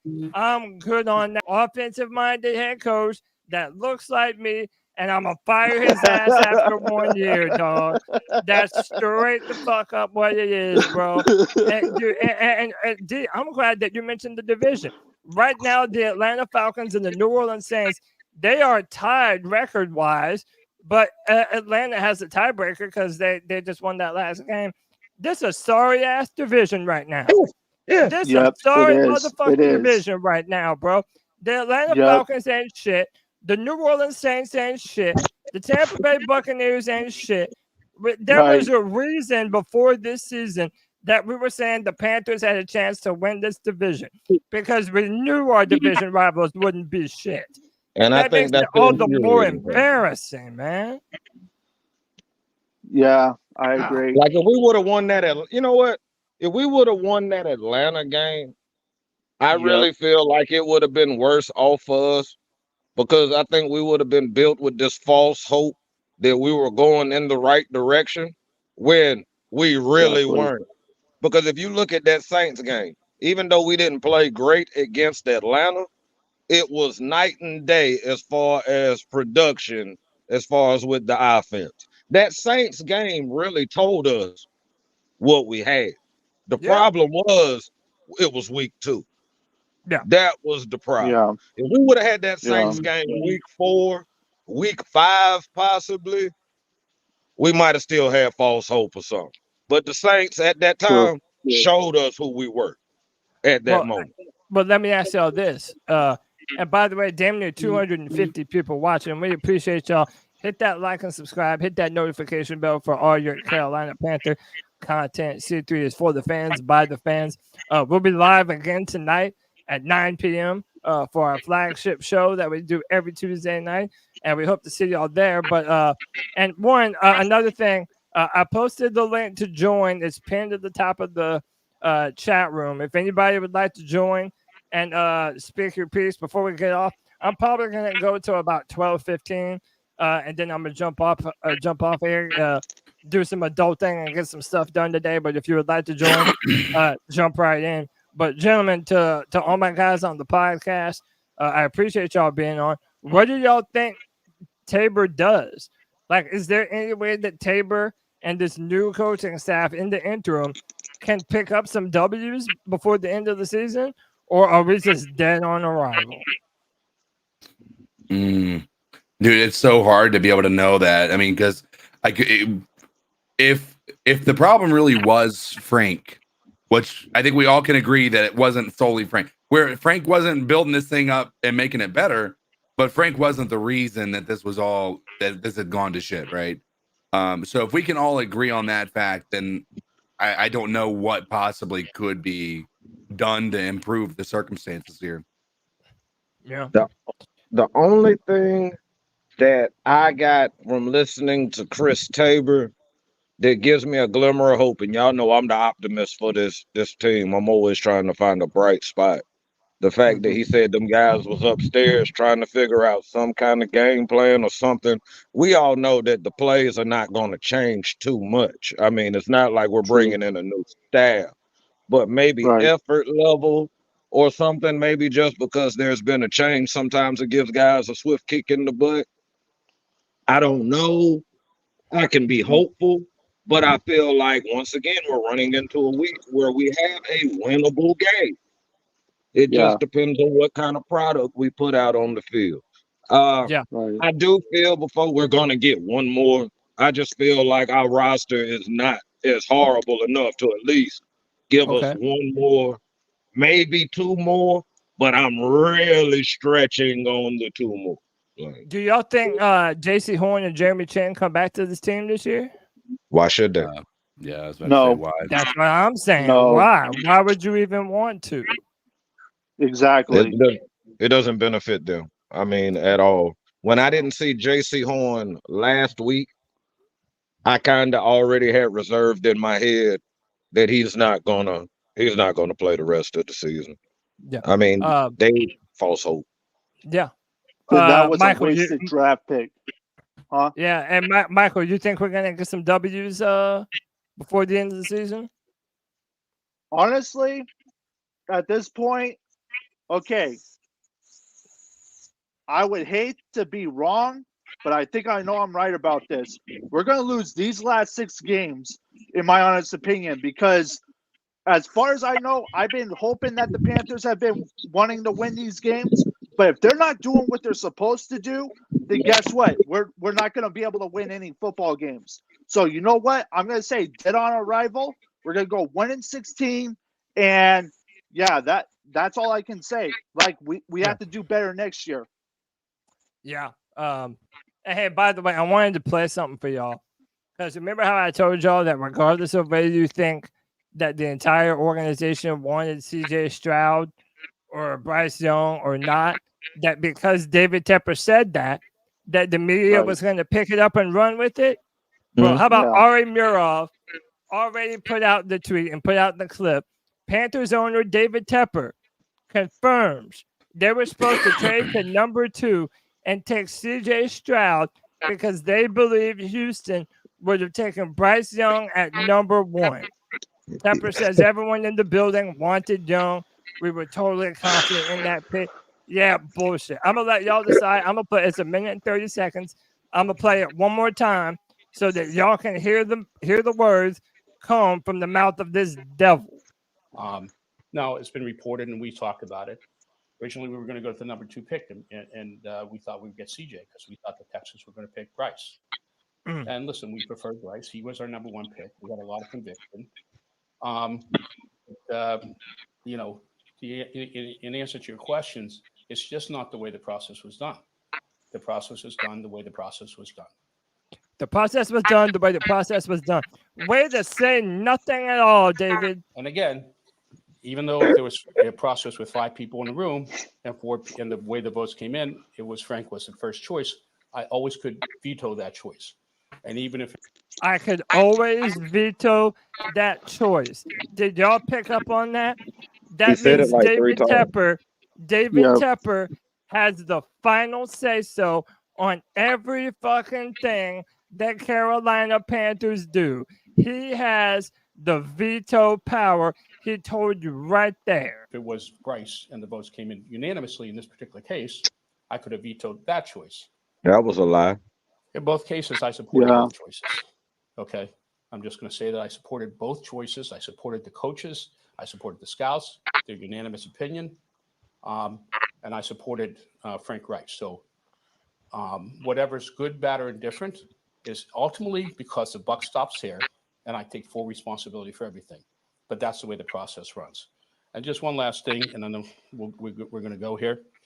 As far as Bryce Young is concerned, I cannot say this, for myself. And I think everybody in this building would. For myself. You see how he gets in his own way? He says, for myself. You just said that it was a unanimous decision, but now you're saying Bryce Young, for myself. So that way you're literally not putting it on anyone else in the building. For myself. But you share this sentiment. He got that liar's face. Okay. Okay, I think Yeah, he does. made that pick first. Would be totally confident in that. Some of them you could ask. Okay. And I think and for me, I'm totally confident in agreeing with that pick. Oh, for me? Oh, for you, David? For real? For you? Okay. My wife thinks he's cute. Yeah, basically. That's what hey, I would have respected that honesty. Yeah, he look like a little Respected that baby. honesty. Be like, hey, Nicole likes to pinch Bryce's cheeks. Yeah, she thinks they're so rosy. Yeah. He makes her cheeks all rosy, y'all. Oh my She God, loves his hair. Oh man, she loves everything about him. She's gonna hug on him. She's gonna love on him. Hey, real quick, let me welcome my man, C. Dougie from What's Up, Doug. Let me see if I got you, Doug. What's up, brother? What's going on? Hey, it's that dude. What up, Doug? How you doing, man? Man, not much, man. Hey, man, speak on this clown show, man. It's not a clown show. It's a narcissism going on right now. It's not a clown show. It's narcissism. One thing that I've been saying all morning, I was on PPP's podcast this morning with him.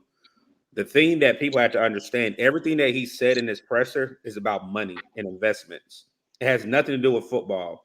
He said that he brought, concerts. He brought high school football back into the stadium. 42 events throughout a year. It has nothing to do with football. And one thing that I think David Tepper is doing with the Carolina Panthers is a stock. He believes in stocks. He's an investor. If everybody knows his background, he was an investor. And when you invest, you put money in stocks. Carolina Panthers are a stock for him. And now the reason why he fired Frank Reich is because, number one, the stock was gone. We stopped coming to games. Dallas basically sold out all their tickets plus our tickets. We stopped buying merch. We threatened to do a mint on merch on mint. All that, everything now is the same thing that it was with Matt Rule. When the fans stopped coming, when we stopped putting money into his pockets, he was like, okay, I got to do something different.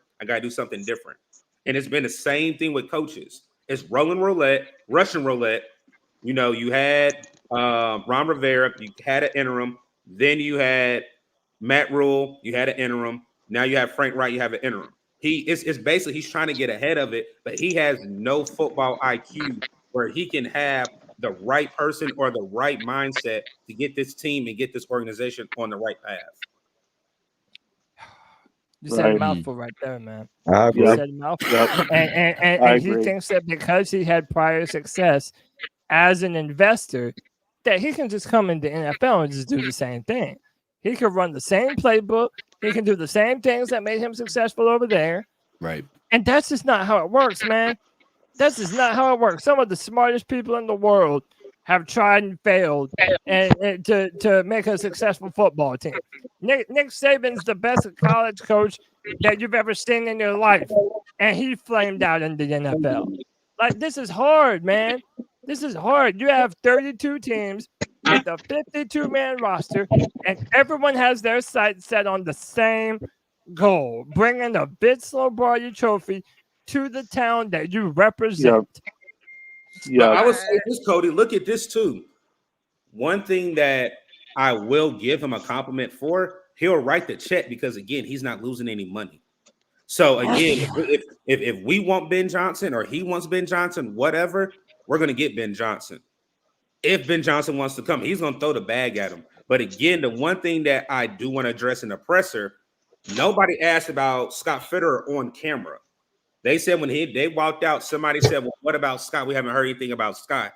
They said he held his head down and shook his head. And I think one thing we have to do right this time, you get a GM, and I'm hoping we get, is it Adam Peters from the San Francisco 49ers? Yeah. Bring him in first. Then you have him bring in whatever coach he wants. He needs to say, David Tepper, give me 4 names that you want.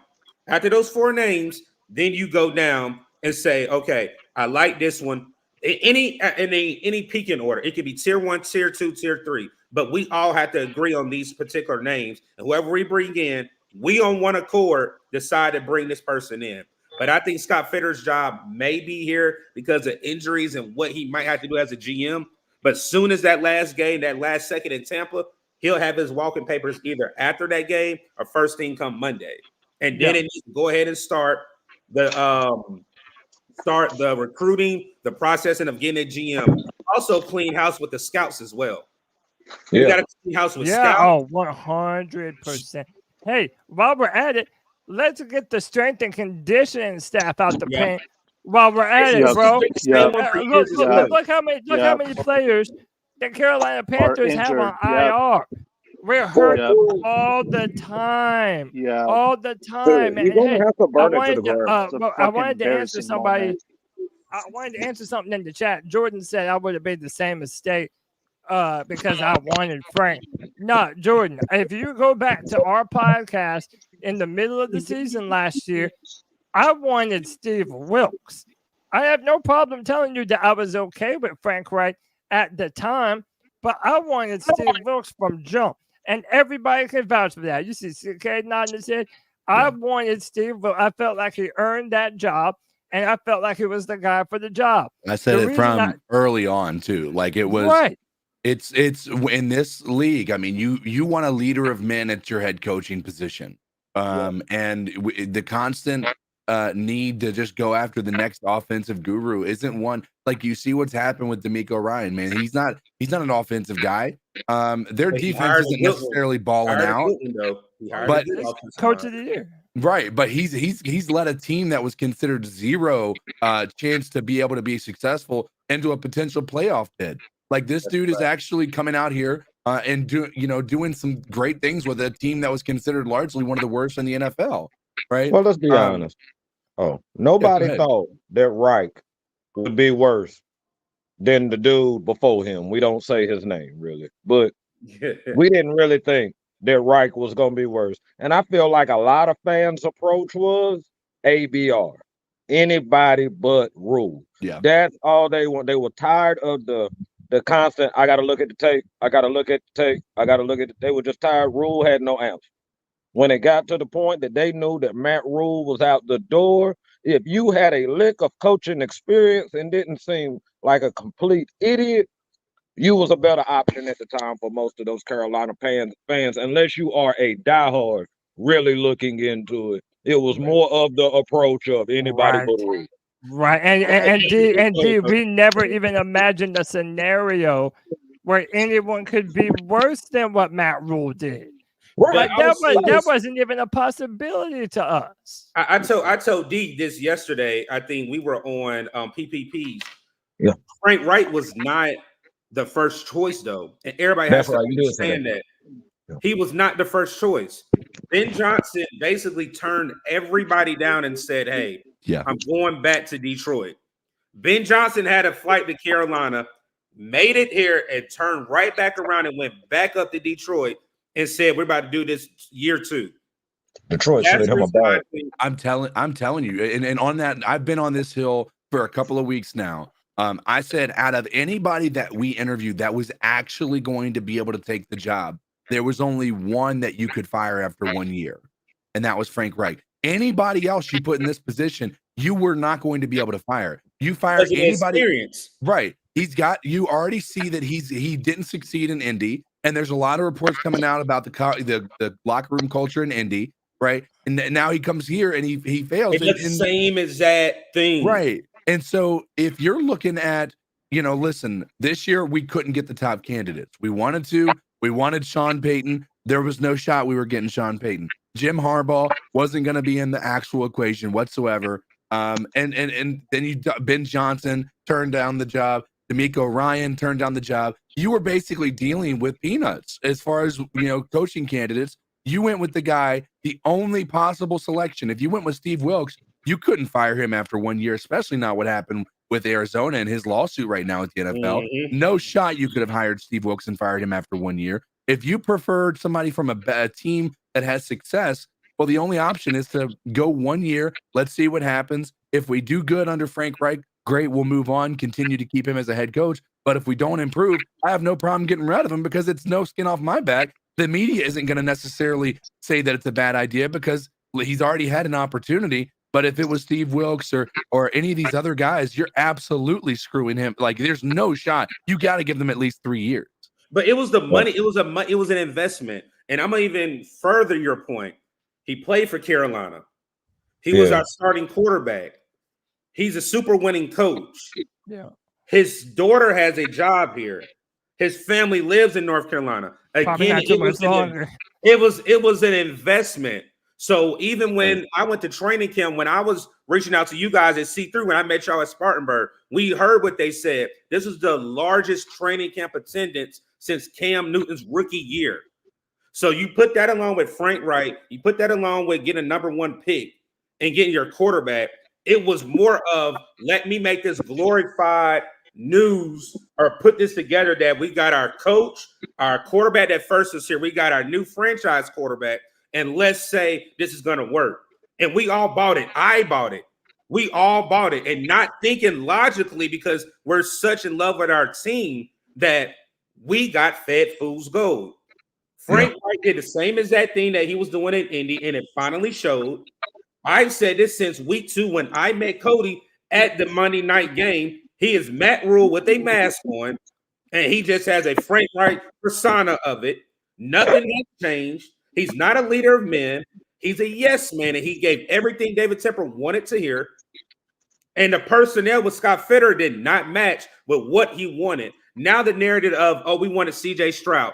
Here, there, whatever. Whoever it was not going to work. Because again, Frank Reich was not the right hire for this team. No. Well, and by the way, like, it doesn't matter if you're on Team Bryce Young or Team CJ Stroud. I think at this point we can pretty much unanimously agree that the Carolina Panthers were not ready to move up for a quarterback. There are too many holes on this roster for us to be able to support the development of a rookie quarterback. You don't have the O-line. You don't have the wide receiver help. You traded away your number 1 wide receiver to go up and get the quarterback. Like, it was the wrong year. Now this year, there's like 5 or 6 quarterbacks coming through the draft. You didn't even have to have the number 1 pick to potentially get the quarterback of the future. And now you had the number 1 pick in the draft, and you've given it to the Bears. Bro, yeah, but it is disgraceful. But Cody, when you look at it, though, one thing that Frank Reich did a disservice to this team, he changed the system. He changed the scheme that we're a run-first team, and he wanted to throw the ball.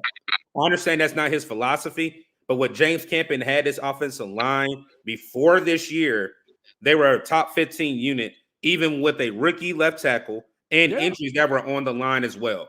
So when you look at it, when you have changed the philosophy, changed the scheme, I do need James Campen to be fired now, just based off of the scheme. Yes. It has nothing to do with what previous, but going into this new regime or going into what Thomas Brown wants to run, the blocking scheme and the pass schemes do not go along with what Thomas Brown is going to be running as the offensive coordinator. No. So I think also as well, we need to address the offensive line. Going into 2024, Brady Christensen needs to have first reps at left tackle. And I think me and D said that yesterday. I've been saying that since the moment that that Christensen was drafted, that they need to give him a shot to be the left tackle. And when we drafted Ikem Ekwonu, I wanted him to play guard. A lot of fans have this assumption that you don't draft a guard in the top 10. Why? If you have an all-pro left guard, how is that not worth it for your offensive line? The Colts did it with Quentin Nelson a few years back when they took him number 6. Why not put these players in the best position to be successful? They're not doing that. And I'm happy that you mentioned James Campen, Doug, because we're not going to pretend like every offensive lineman hasn't regressed this year. Ike Ekwonu has regressed. Bradley Bozeman has regressed. Our most tenured offensive lineman in Taylor Moton has regressed. They're all getting worse. So if you're going to fire Josh McCown and Deuce Staley, well, then damn it, why are you not sending James Campen out of here too? But because of the Civil War. Go ahead, D. Yeah. The Civil War that had been going on in that organization up to this point is the reason why there's not Deuce. If Tepper really had a true issue with Deuce and McCown, they would have been gone right along with Frank at that very moment. You notice they said that was Tabor and Caldwell. So there was, what that tells me, to paint the picture that's painted in my head, there were quite a few heated discussions to the point that once Reich was gone, hey, if you want me to take this interim position, you got to get them guys out of here. And Tay was like this, well, what do you want? Okay, cool. And that's what happened. Hey, I see what Brad said. I was going to go to the offensive line. If Icky is moved to guard, Icky's going to be one of the biggest guards in the league. Yes. And if you and think one of the strongest too. But no, well, he has to get strength because the only thing when he gets power drive, he does falter back with a step. But like I said yesterday, Cody, I think that's because he's playing tackle. When correct. He's on because that, when he's on that out, back foot, right? When he's on that back foot, yep. He's always afraid to get beat with a swipe maneuver or to get beat inside. He does not trust it. He does not trust his lateral agility like that. But it only has to go side by side. That's all he has to win it. When he's at guard, and imagine he's already, I think, one of the top running offensive linemen in the league. So when he put him at guard, and then hopefully we can do something with Bozeman or the center position, that whole left side will be solidified. Now you have to work on the right side. And I do blame Frank Reich, Scott Fitter, and James Campen for bringing Austin Corbett back too fast. That Houston game, he should have not played the entire game. Yeah. He came off 21 days, and we had to insert him. Yes, we had a bye. But now he's actually torn the MCL in the same knee. So that's mentally in the same knee. So mentally, you're already panicking now. I already had an ACL injury. I came back within a year. Now I have an MCL injury that now I have to worry about that possibly I've lost my job. Cade Mays is a player that should not play. But Deontay Brown, that used to play at Alabama, should have definitely stayed on this roster and had an opportunity to play guard. If you look at what he did at Alabama, you have another Ike Ekwonu at guard, and you actually going to have him go lateral movement where you don't have to kick out, and you do not have to pass block as well. Because they're big, they're two big guys in the middle that can put their hand on you and they can toss you around. Yeah. Man, you are speaking my language, Doug. You already know how to come join you, man. Bro, I was one of the biggest Deontay Brown supporters, bro. I wanted to give that man a chance so bad. His film, when Alabama played Auburn, Deontay Brown went up against Derek Brown, and I don't care what no one says, Deontay Brown got the better of that matchup. Facts. But Deontay Brown is a dog in the middle, and he's powerful. I don't know why we didn't give that man a chance when we had the opportunity. And now people can just say, oh, he sucks. He sucks. He's not on the team no more. Yeah, well, okay, y'all see what type of coaches we had and how they can develop these young players. Y'all think that was all on Deontay? Come on now, man. What about Bozeman going to right guard? Bozeman needs to be a backup now. And that is my honest opinion about Bozeman. I think last year he's doing the same thing. He gets beat off quick. Well, we'll see this upcoming Sunday against Tampa Bay, going against that defensive line with Vea and all them. Yeah. Power. He's basically set back in the quarterback's lap several times. So I'm definitely expecting more shotgun, and I'm definitely expecting more quick releases for Bryce underneath Thomas Brown. But let me ask you: do you think Bozeman's lack of success has from them just running the wrong style of offense, or no? Well, the reason why I say no going forward, the reason why I say no, again, what did he flourish in when Steve Wilkes was the interim coach? Was run blocking. He did miss blocks as well. Sometimes, if you go back and look at the film, but pass blocking, Bozeman is. And that was one of the weakest things. The reason why Baltimore let him go when he was a Baltimore Raven. His run game was great, but his pass blocking failed. And if you look at the entirety of the Baltimore Ravens line when he was there, they had all pros and they had Pro Bowlers all across the line. So you might whiff or miss, but I know I have a guard on both sides that can pick up my mistake. You don't have that in Carolina right now. You don't have that. Zavala can't do it. Now you have, I forgot who the guy's name starts with the T. I can't stand him. Then you had Mays. Toth or something like that. Yes. When I say, for me, most of this blame, regardless if it's Frank Reich, has to go on Scott Fitterer. And that's why I know Scott's seat is burned up. It's burned up. He's just sitting there, just weighing it out, and then he's gone. Because some of the personnel decisions that we have made are not great. Yeah, let me get CK in on this. CK, do you think Bozeman can recover, or he just needs to be in a different scheme, or are we already looking for a new center? No, I think he can recover. I mean, again, we forget that he was a stand-up center for the Ravens before he came here, and they were mad to get rid of him. I mean, obviously they're doing really good now, but I think he can recuperate. I think, again, and I said this when we had oh gosh, who'd we have there last? What was his name? I forgot his name, dude. Paradis. When we had him, my belief is it's really hard to play center when your anchor points on your left and right are both so leaky that it's impossible for you to be able to play just your game. You now have to try to pick up. We've had 9 different left guard, right guard combos this year. Right. 9. And so when you have that, I just think it's really hard to play center in this league when you don't have stability on either side of you. Especially not a lack of stability, a lack of veteran presence. When you're dealing with a rookie like Zavala and Cade Mays, who's coming into his second year this year, I mean, you're basically having to identify these pressures a little bit more. I mean, I just feel like there's a lot more on your plate as a center than there would be otherwise. So I don't necessarily think that I'm putting all this on Bozeman and his inability to guard. He's had some bad plays. Don't get me wrong, but I don't know that it's Bozeman entirely. That's the reason that we need to be panicking. You know, it's one of those things, CK, where I don't believe that it's Bozeman all himself. But I'm also not mad if we're already starting to look at the replacements to, in the draft. If there's somebody available that, let's say it's one of those prospects that you can imagine playing guard or center, bro, give me like 3 of them.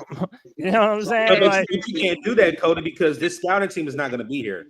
So we're already behind the 8 ball when you really look at it, because if you get a new GM, you got to get a new scouting team and a new scouting lead. But here's the thing, Doug. I'm going to be real with you. Listen, I'm like, y'all, I want Fitterer and the scouts to go just as much as the next person. Mm-hmm. But I really don't think David Tepper's going to do it, Doug. I really don't. And you know why? That's the reason why it's not his place, though. But I think that Fitterer is a yes man for David Tepper. And that Fitterer is going to do literally whatever David Tepper wants verbatim. And if there's anything David Tepper loves, it's a yes man. It's someone who's going to say, when David Tepper says jump, he likes that Fitterer says, how high, boss? Now, He likes I that agree about with that. I agree with that, but the only thing that I have to take from that is the simple fact that even though Fitterer is the yes man, all of this dysfunction has become more of a national attention. It's all on Good Morning Football and everything else. And as they start to look at Fitterer, and they're going to start to highlight Fitterer because you already got rid of Frank.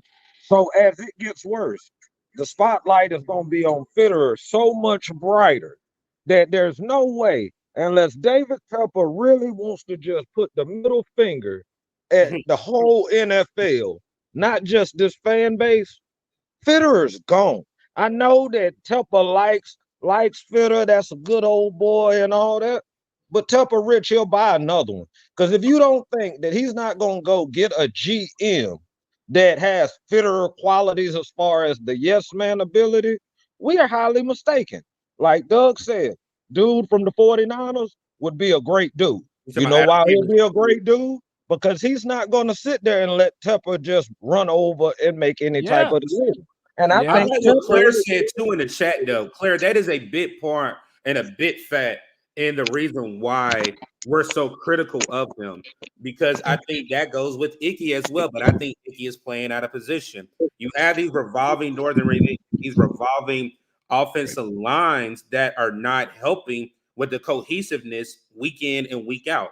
So that is causing Bradley to probably over pursue, or the timing that he's thinking the guard is going to do something, they have to double block, or he has to pull left or right. That is hurting him because, again, there's no cohesiveness, and he has not had, I think I read a stat, for at least up to 3 weeks, the same offensive line this whole season on both guard positions. And that is very hard. Now, the argument I will accept is that, does that make him not an elite center? Absolutely. An elite center would be able to overcome those things, right? Yes. But here's the thing: we don't need to have an elite center. We'd love to have that, but those are going to be hard to come by. I think right now we just got to live in the existence of we need to find a guy who can at least shore up the situation that we have at hand now. Yeah. Oh, absolutely. And I want to share something real quick. I add this as more evidence to my the coaches didn't want Bryce theory. This is from Kyle Bailey.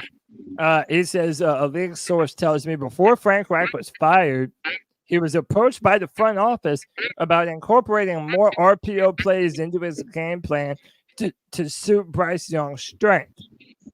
Source told me Reich declined, said that it didn't really fit his offensive system. Now, the common knowledge when you drafted Bryce Young is that you were going to have to incorporate some RPOs to get the best out of Bryce. And that's not like some knock on Bryce. Most NFL systems are incorporating the RPOs at a heavy clip. They're doing it all the time. But you're going to tell me you don't want to do it for the quarterback that was the most successful, apparently, college quarterback. The running RPOs? Like, are you outsmarting Nick Saban? No. If he's supposed to be an elite processor. Again, my final thing, that is what tells me that from jump, Stroud was the guy that Frank Reich wanted. So, Cody, you can say that, but what I think, again, he is a narcissist. He is stuck in his ways. What was Frank Reich's problem? Lord Jesus. What was Matt Rule's problem? He was stuck in his ways. He did not want to evolve and did not want to change. And for Frank Reich to have that success and saw what he did in Indy, and for him to do the same exact thing at another organization and did not think that they will figure that out, what does that mean for him? What does that say for him? Yeah. I also agree with what YB Jordan says too. He said that might be why Matt Corral got the axe. Somebody else who also thrived in a heavy RPO system over there at Ole Miss. Hey, so real quick, we're about to get up out of here, but I want to go across the panel real quick and just ask y'all, like, if you're David Tepper, who are you hiring as the next head coach of the Panthers, man? He already know my answer, so I'm gonna start with the homie CK.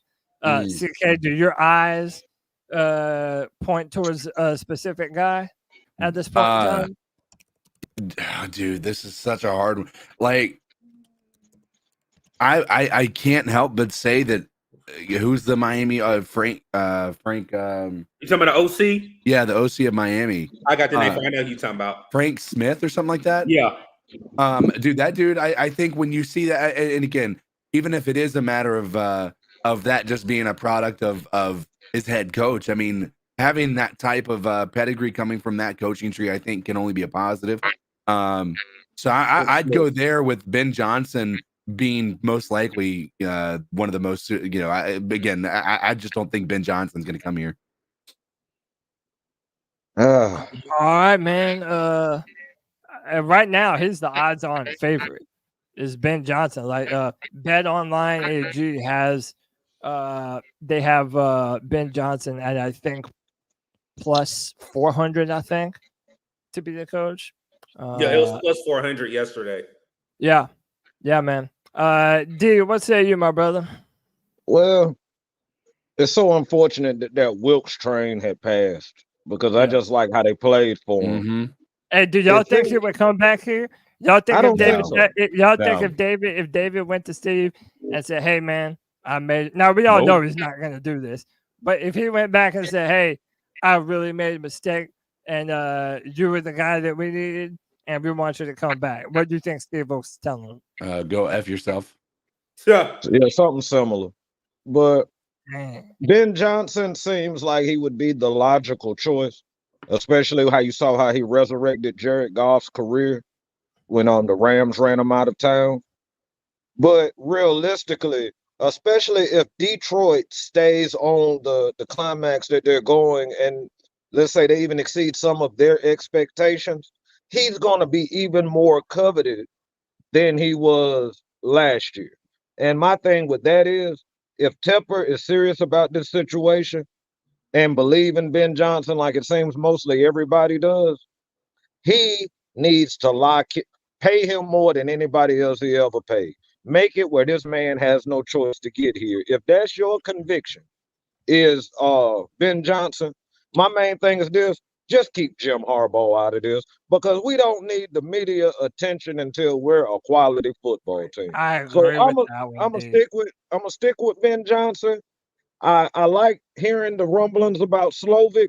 I don't know if he's quite ready for all of that right now. So I'm just gonna run with Ben Johnson because I think that would be the best situation for us. But like I keep saying, with this front office right here, I kind of feel like I'm scratching a scratch-off ticket when it comes to certain decisions being made. So I hear you on that I'm just one, gonna man. I'm gonna be politically correct and go with Ben Johnson. That's all All I right. Hey, but like I said, he's the odds-on favorite right now, and I'm certainly not mad at that. And like what Doug was saying earlier, based on all the reports, it appears as though he was the first choice during the last coaching go around. But he decided he wanted to be a part of what the Lions were building up there. Hey, Daniel, I see you in the background, brother. We're about to get off of here, man. But I'll be doing this again next Friday, and I'll have it open up to everyone, man. Yeah, my guy Doug, man, shout out your channel, and then tell me who the coach is that you're selecting if you're David Tepper. Okay. Yeah, my channel, I'll drop the link in the chat. It's What's Up, Doug.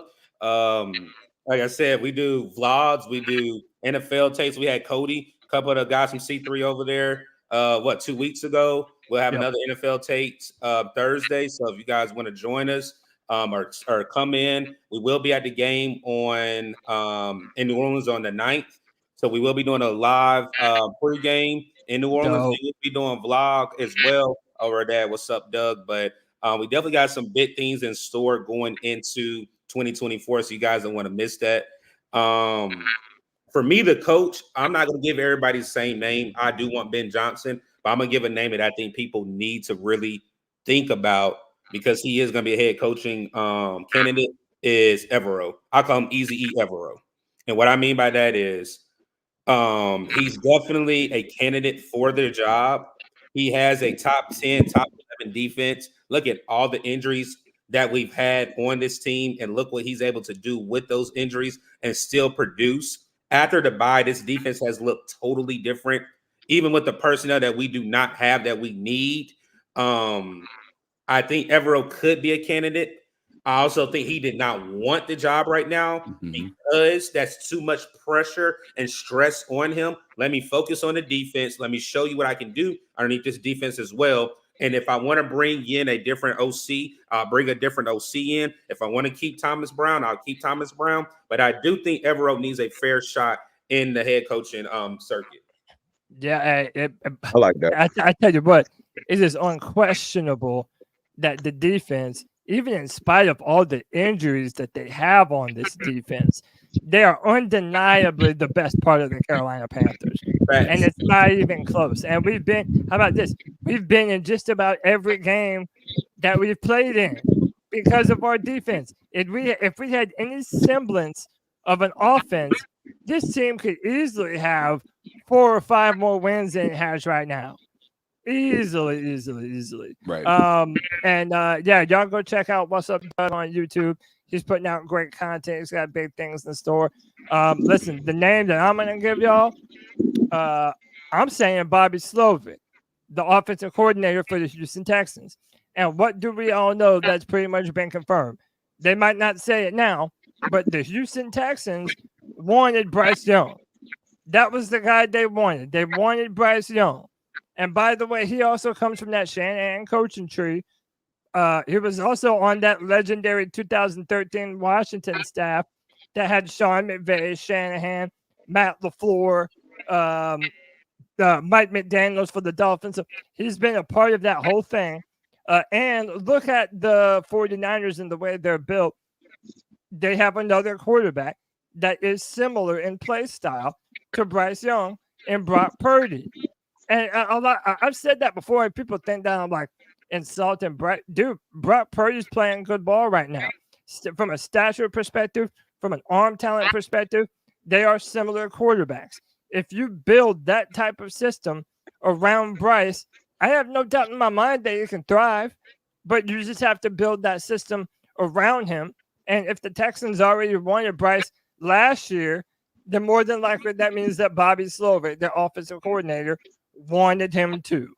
So get me somebody that wants Bryce Young. And Jordan, that's why I make such a big deal about Frank not wanting Bryce, because your owner pushed a quarterback on a coach that didn't want him. So now I want the next coach to want Bryce Young emphatically. That's all I'm saying. That's all I'm saying, man. But gentlemen, I appreciate y'all, man. We've gone on. I've been doing this since 10:15, so it's been over 2 hours. Yo, we had to be here for the Panther fans, man. Yes, to sir. let y'all vent and to be here, and bro, David Tepper is just something else, man. I feel so bad for Panther fans. But we will be back tonight at 9 p.m. Yes, sir. Okay. for another edition of the C3 Panthers Podcast. We love and appreciate all of y'all for stopping by and hanging out with the boys. And until next time, baby, you already know what we're going to do. Keep pounding. Keep pounding.